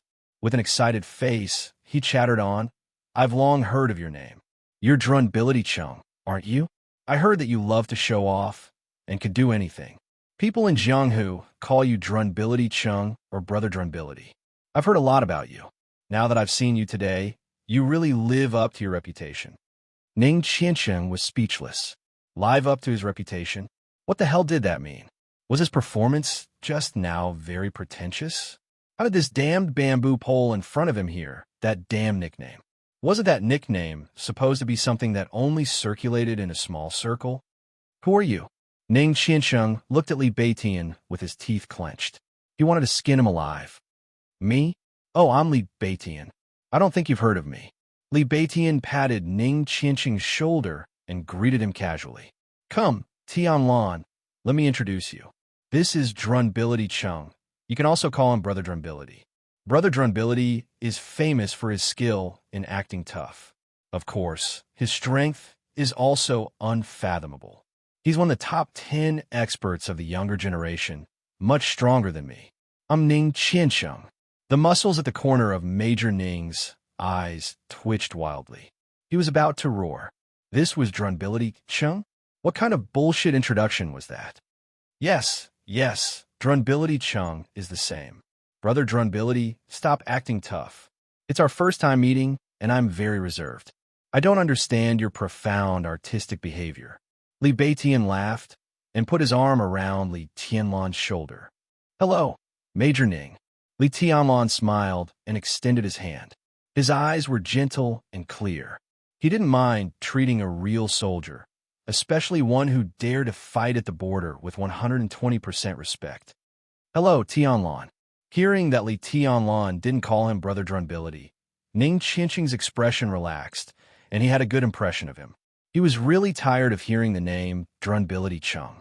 However, those who used to call him that were his friends, and he couldn't turn against them. In his opinion, it was a dark history. Hey, Drunbility Chung. You. Don't call me Drunbility Chung. Okay, Brother Drunbility. Don't call me Brother Drunbility. I'm not your brother. Li Tianlan smiled and shook his head. He didn't move, but he felt his phone vibrate slightly in his pocket. He took out his phone and opened it. On the screen, a photo of him and Qin Weibai snuggling together and hooking fingers appeared. Li Tianlan's eyes softened instantly. On the screen, there was a message from Qin Weibai.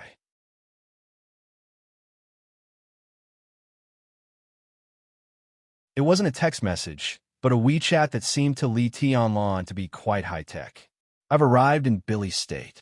The air in Bruxelles is good and the sunset is beautiful. We should come and have a look together. Li Tianlan's eyes were gentle. His fingers tapped on the screen for a long time, but he didn't know what to reply. He suddenly found that Qin Weibai had changed her profile picture. Her profile picture used to be a vast expanse of white snow, pale and dazzling. Now, it had become a piece of white paper. Li Tianlan subconsciously enlarged Qin Weibai's profile picture. On the paper, there were 2 lines of light and graceful handwriting, like flowing clouds and flowing water. At this moment, Li Tianlan's mind was filled with the intoxicating look of Qin Weibai when she wrote these 2 lines. Who are you to me? Who are you to me? Li Tianlan took a deep breath. At this moment, he was in the Sky Academy, but his mind seemed to have flown to Billy State thousands of miles away, to the sunset in Bruxelles, the capital of Billy State. The sunset there was beautiful, but the beauty beside him was even more beautiful. It was a very strange and comfortable feeling. He held the phone and looked at Qin Weibai's new profile picture. For a moment, he was reluctant to put it down. Beside him, Li Beitian's incessant chatter was still ringing in his ears. It's okay not to call you Drunkard Chung, but Drunkard Chung, you even refuse to call me Brother Drunkard. It's hard for me to understand. Tell me, what should I call you? By the way, I heard that the officers of the Border Control Corps all have code names. Tell me, what's your code name? Beside Li Beitian, Ning Qiansheng held his breath. He glanced at Li Tianlan calmly, who was holding the phone, and said calmly, "My new co-name is Man of Sacrifice. Drunkard Cheng, you're showing off again. Get lost."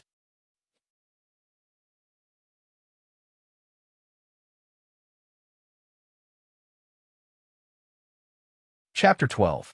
Generally speaking, Li Tianlan was very satisfied with his two roommates. Li Beitian was always joking around. He could get along with anyone quickly without the slightest arrogance or reserve. Such a person was undoubtedly the easiest to get along with.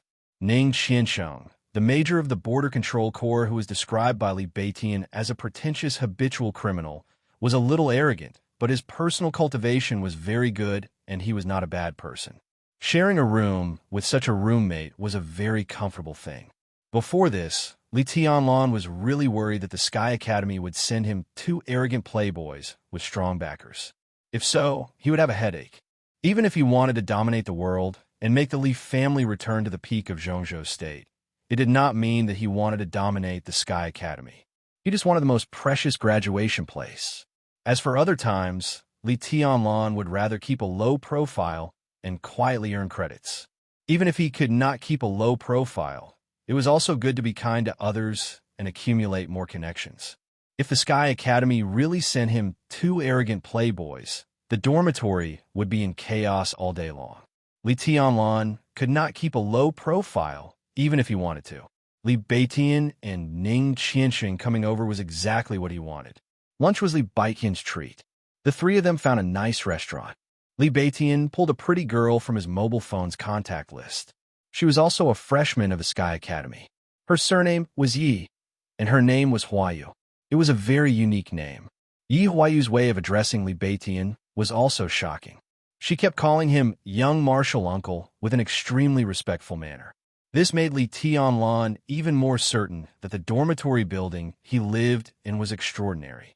Of his two roommates, one was a young talent favored by the commander of the Border Control Corps, and the other was some martial uncle. Their backgrounds were certainly not simple. Obviously, except for himself, those who could live in that dormitory building all had a powerful background.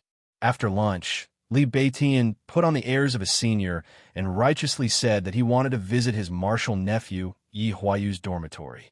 Ning Qiansheng said that he wanted to visit some of his comrades.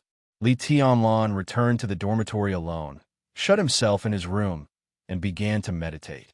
The so-called meditation had many names, such as dhyana, vipassana, mindfulness, and meditation. The names were different, but the effects were exactly the same. The highest realm of meditation was to forget oneself and pursue absolute concentration. In martial arts, the importance of meditation was no less than the importance of increasing one's strength and speed. In fact, it might even be more important. The more powerful one was, the more they valued meditation.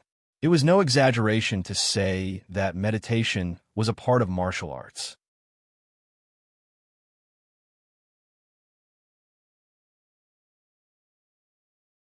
It's human nature for men and women to love each other. Li Beitian tidied up the empty clothes on his body and said with a proud expression, "Bullshit. Handsomeness and handsomeness? Those women might as well find a cucumber." Ning Qiansheng's face was full of sarcasm. "How can a cucumber be compared to me? I'm a cannon, okay? I shot to fame. How can a cold cucumber be compared to my cannon? Shot to fame? Cannon? I think you hit the nail on the head. Look at you. You're like a bamboo pole. How can you be compared to a cannon? Needles are more like embroidery needles. Pretentious chum. I'll fight you to the death." Li Tianlan rubbed his temples, feeling a headache coming on. He smiled bitterly and said, Okay, there's no time for you to fight. It's time to go." Li Beitian and Ning Qiansheng snorted at the same time. The former wrapped his skinny hand around Li Tianlan and scolded him indirectly. "Tianlan, you have to listen to me. It's not enough for a man to just be pretentious. Yesterday, I inspected the girls' dormitory and found that the quality of the girls this year is quite good. Come with me another day, and I'll introduce you to a few. I guarantee you'll be comfortable." Ning Qiansheng clenched his teeth and glared at Li Beitian without saying a word. Li Tianlan shook his head and said casually, "Mediocre. I'm not interested." As he said this, the dreamy figure that was now in Bruxelles appeared in his mind again. What was that woman, who seemed real and illusory at the same time, doing now? Li Beitian wanted to say more, but Ning Qianchang said impatiently, "Are you going or not? It'll be too late if you don't leave now. Do you think the school bus will wait for you?" "Go, go, go." Li Beitian laughed. The three of them went out together, got on the school bus, and went straight to the entrance square. At this time, the open square was already densely packed with countless freshmen, all dressed in camouflage uniforms, lined up in a very neat phalanx on the square. Li Tianlan and his two roommates arrived at the square at the same time and stood at the back of the crowd. Right in front of the square was an exquisite rostrum. At this time, a row of tables and chairs had been placed on the 3-meter-high rostrum. Several school leaders were already in place. They sat in their seats and chatted casually with their colleagues. "Tianlan, do you see that? The one sitting in the middle is the headmaster of the Sky Academy, Zhuang Huayang. He's one of the top 10 experts in Zhongzhou State." Standing beside Li Tianlan, Li Beitian quickly pointed at the rostrum and took the initiative to introduce him. Li Tianlan nodded and glanced at the rostrum with a calm expression. Zhuang Huayang was close to 70 years of age, but he looked unusually young, like a middle-aged man less than 50 years old. He had a gentle and elegant temperament, like a senior scholar, and did not look like a master at all.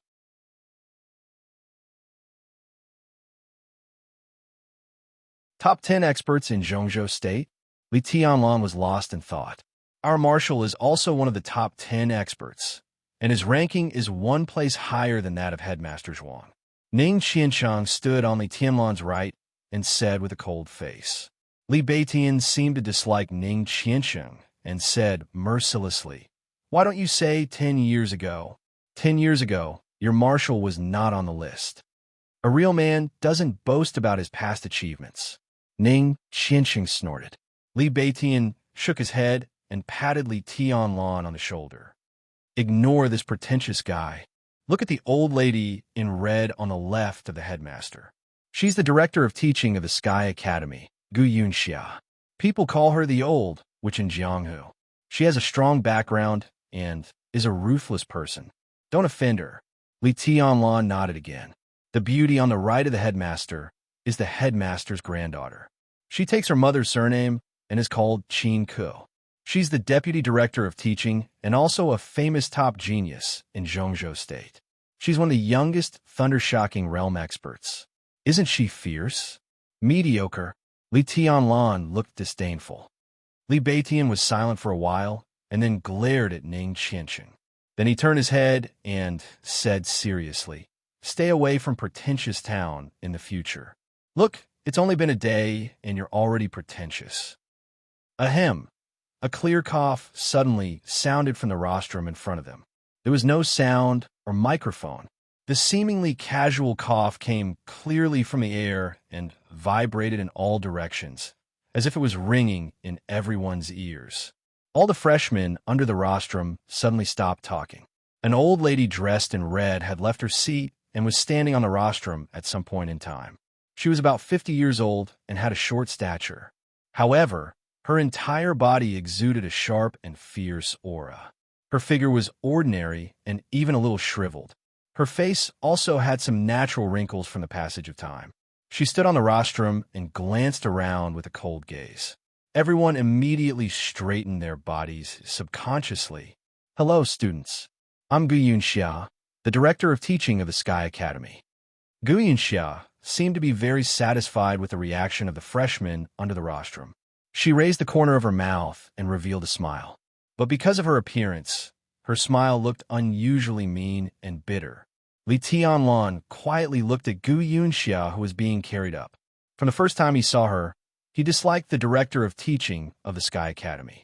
It was not because of her ugly appearance and skinny figure, but because of an inexplicable feeling. Li Tianlan always felt that Director Gu was too cold, like a poisonous snake, and was not a kind person. Now, when he saw her somewhat twisted smile, he felt even more disgusted in his heart. First of all, Welcome to the Sky Academy. I hope that from the first day you enter the school, you can take this place as your pride and glory. On the rostrum, Gu Yunxia's voice spread to the whole audience and could be heard clearly. The Sky Academy is the earliest special warfare academy in Zhongzhou State and the most legendary special warfare academy in Zhongzhou State. Over the past decades, the Sky Academy has produced hundreds of generals, countless senior agents, and several giants of the dark world. The glory of this special warfare academy may not be known to all, but its influence is everywhere. It has the power to influence the pattern of the Imperial Special Warfare System and the ability to change the fate of every freshman. Gu Yunxiao paused, and her smile faded. She continued, I can't know all of you, but I know where you come from. Some of you come from the military, some are the elites of the Special Warfare System, and some are the inheritors of various sects among the people. There are iron-blooded soldiers, excellent agents, children of generals, and commoners. But I can tell you for sure that no matter where you come from, you will gain something when you come to the Sky Academy. Every teacher of the Sky Academy is willing to do their best to help you and make you the backbone of the Imperial Special Warfare System. Here is the best growing environment and the cruelest competitive atmosphere. From today on, in the next 3 years, you will constantly encounter the test of blood, pain, and even death. The Sky Academy is a place of the strong, not a place for the weak to survive. So, please remember the motto of the Sky Academy. Go forward with indomitable will. Tell me, are you afraid of death? After a short silence, a tsunami of voices suddenly broke out on the entrance square, neat and uniform, shaking the sky. Go forward with indomitable will. Everyone tried their best to roar these 4 words. Everyone's face was red and their blood was boiling. It was not because of Gu Yunxia's admonition, but because of the motto of the Sky Academy. It was because of these 4 words, go forward with indomitable will. These 4 words were the true portrayal of the Sky Academy for decades. Countless thrilling stories and countless legends who turned the tide added innumerable glory to the Special Warfare Academy. Some people roared and went forward with indomitable will to die. Some people laughed wildly and fought to the death without retreating. Some people silently went forward with indomitable will to protect. The history of the Sky Academy's development was paved with the blood and flesh of heroes.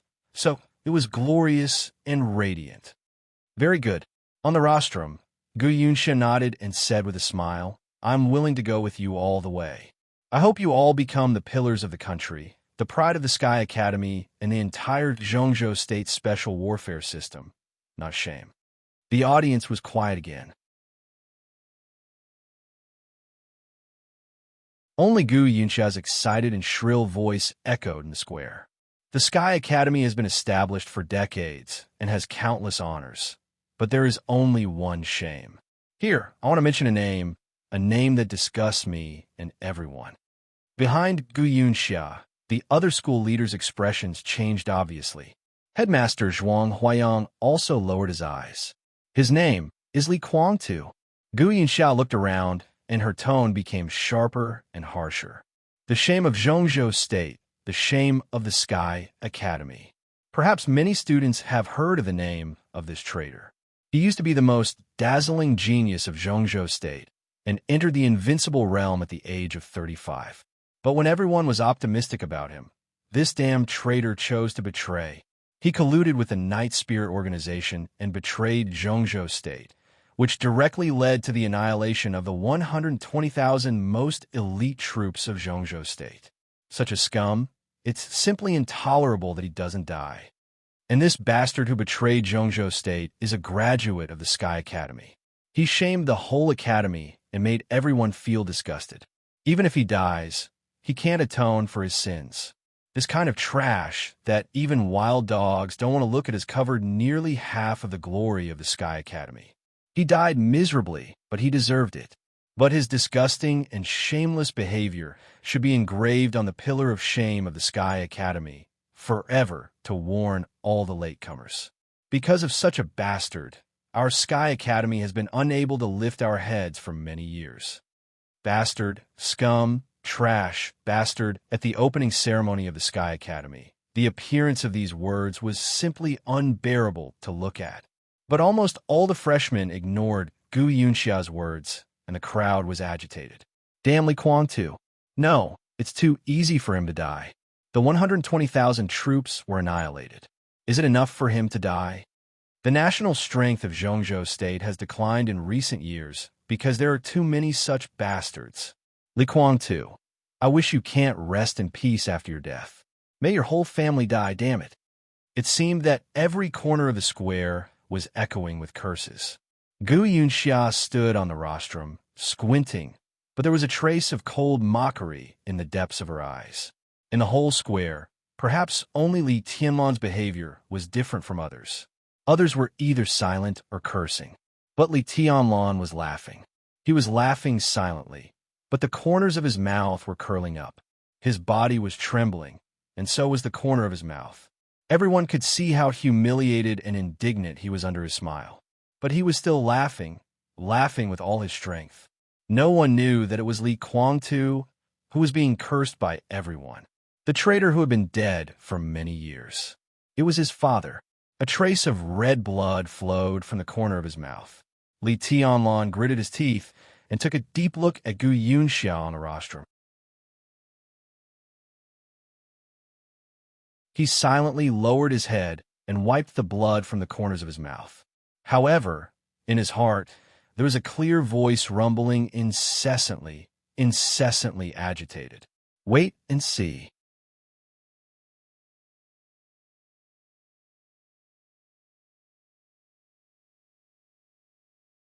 Chapter 13. Li Beitian was the first to notice Li Tianlan's abnormality. Recovering from his thoughts, he turned his head and subconsciously glanced at Li Tianlan, just in time to see Li Tianlan lowering his head and wiping the blood from the corner of his mouth. Li Beitian was shocked and frowned. He asked in a deep voice, Tianlan, what's wrong? Are you hurt? Although he didn't know Li Tianlan's specific origin, he knew the origin of most of the freshmen here. The atmosphere of competition inside the Sky Academy was fierce, but it was also not easy to get a place to study here. The freshmen sent by the military, the Special Warfare Group, the Secret Service Agency, and the Martial Arts Sect were all selected after many rounds of selection. Many selections were fought from the beginning to the end, and the winner was king. Some people obviously won the final victory, but because they were too seriously injured, they missed the entrance time of the Sky Academy. These people were undoubtedly the unluckiest. There were also some people who could barely get up, but they came to the Sky Academy with serious injuries. These people were not very lucky, because the first day of registration was the beginning of the first maneuver. How good could they get with serious injuries? One step behind could lead to the situation of falling behind step by step. If Li Tianlan was in such a situation, it was simply terrible. It's a small problem. It doesn't matter.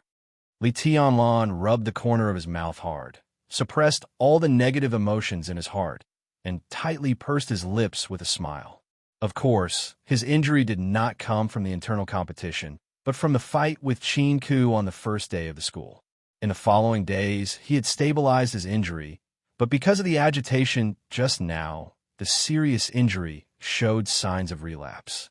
Thinking, Li Tianlan subconsciously glanced at the rostrum again. This time, he looked at Qin Ku, but to his surprise, Qin Ku was also looking at him. Their eyes met in the air. Li Tianlan's expression was calm. Qin Ku frowned slightly, and her eyes were cold. Li Tianlan smiled at the rostrum, then withdrew his gaze and said slowly, "Don't worry, I will definitely get a good ranking. You two also have to work hard." "I see."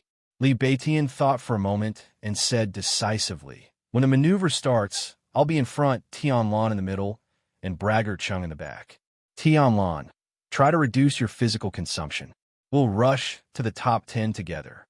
In the Sky Academy, every student attached great importance to the ranking of any maneuver. The ranking was related to the number of credits and the treatment one would receive. It was something that was worth fighting for. The ranking of the first maneuver after entering the academy could determine their starting point in the academy, so it was extremely important.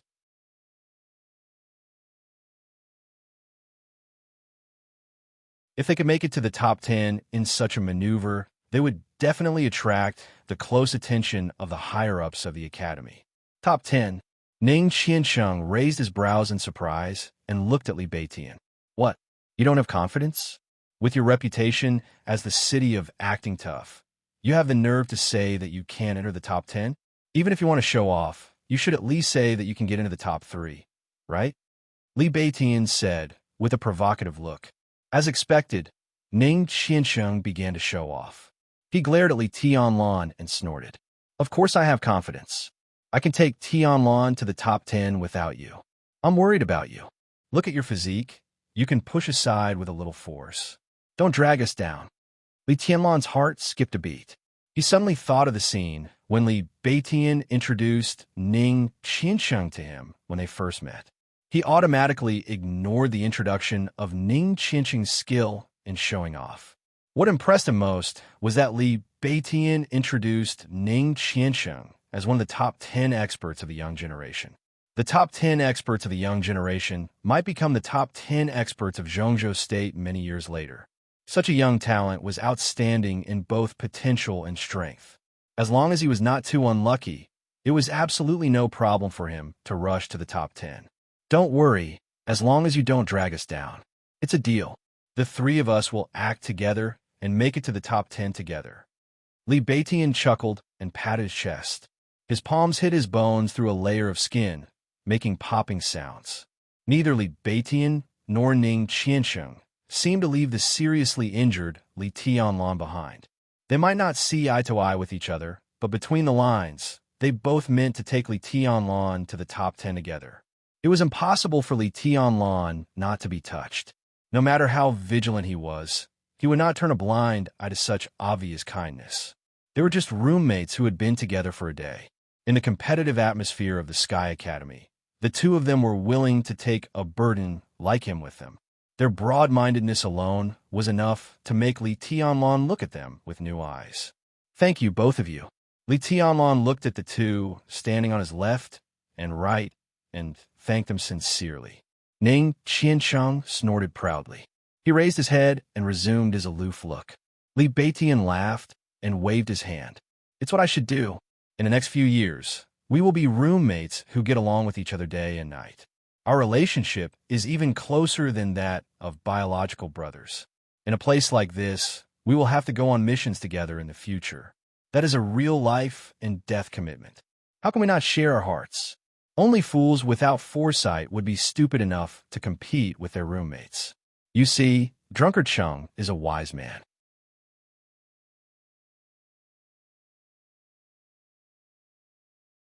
In the military camp at the border, the feelings of living together are even deeper than here. If you are not willing to share your heart with your classmates who will be studying with you day and night, who else can you count on?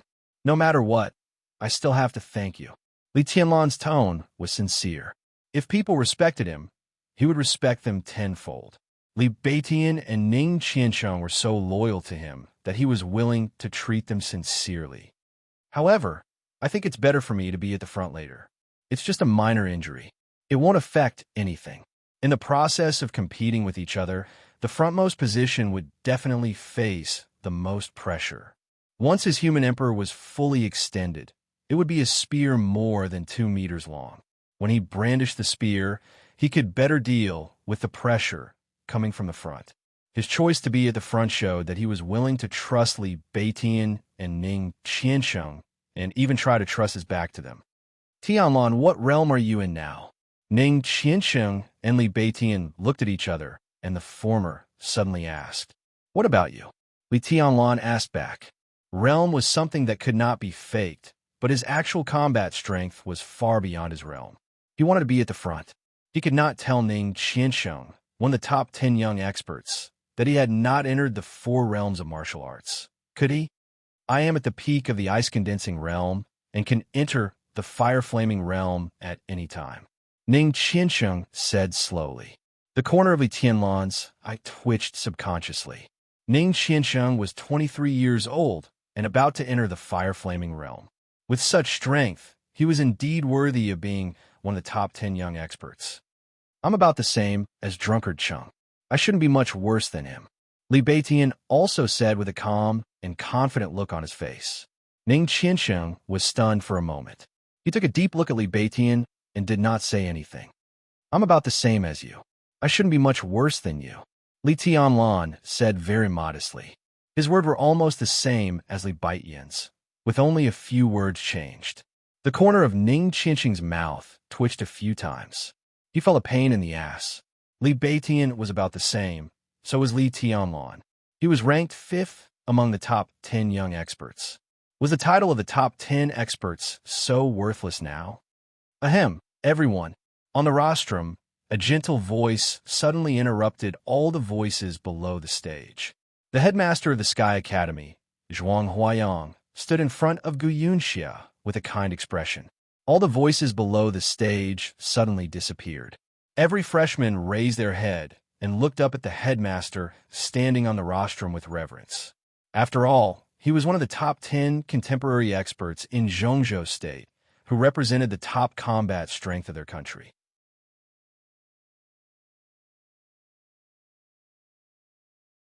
Such a status was much higher than that of Gu Yunxia, the director of teaching.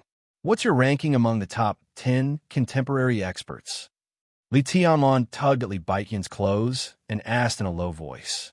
7th, Li Beitian quickly said. The top 10 contemporary experts are ranked every 10 years. 10 years ago, the headmaster was originally ranked 5th. Over the years, he has been getting older and his state has declined a lot. Li Tianlan nodded with understanding. As time went by, the body would deteriorate. No matter how strong an expert was, his combat strength would continue to decline. This was the law of nature and could not be changed. A hero was past his prime, while a beauty had white hair. This was the most helpless thing. Everyone, on the rostrum, Zhuang Huayang stood straight. He glanced around and continued. I heard a lot of cursing, insulting, and even cursing the traitors on the stage. All of you are the future pillars of our country. I understand your hatred for the traitors. But I also want to remind you that cursing cannot show that you are very patriotic. No words can express our love for our country. Patriotism requires practical actions. Only voices without actions are nationalistic. Don't you think so? The audience became even more silent. Standing behind Zhuang Huayang, Gu Yunxia's face changed slightly. I've been the headmaster of the Sky Academy for nearly 20 years. I came here after the case of treason happened. Over the years, I've sent away many graduates of the Sky Academy one after another.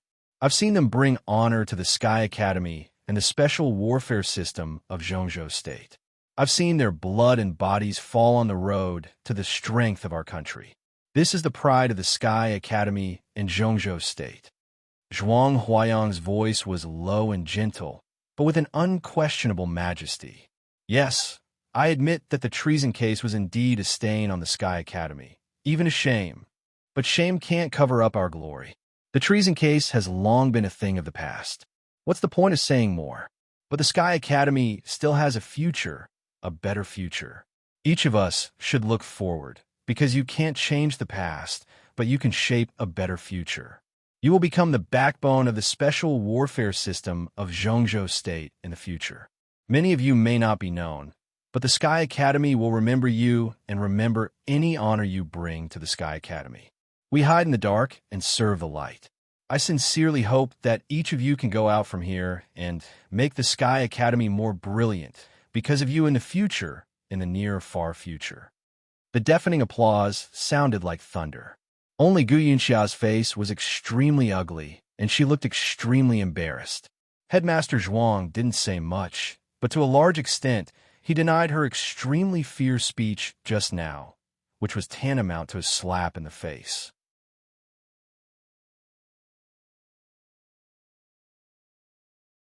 Under the stage, some people were also applauding thoughtfully.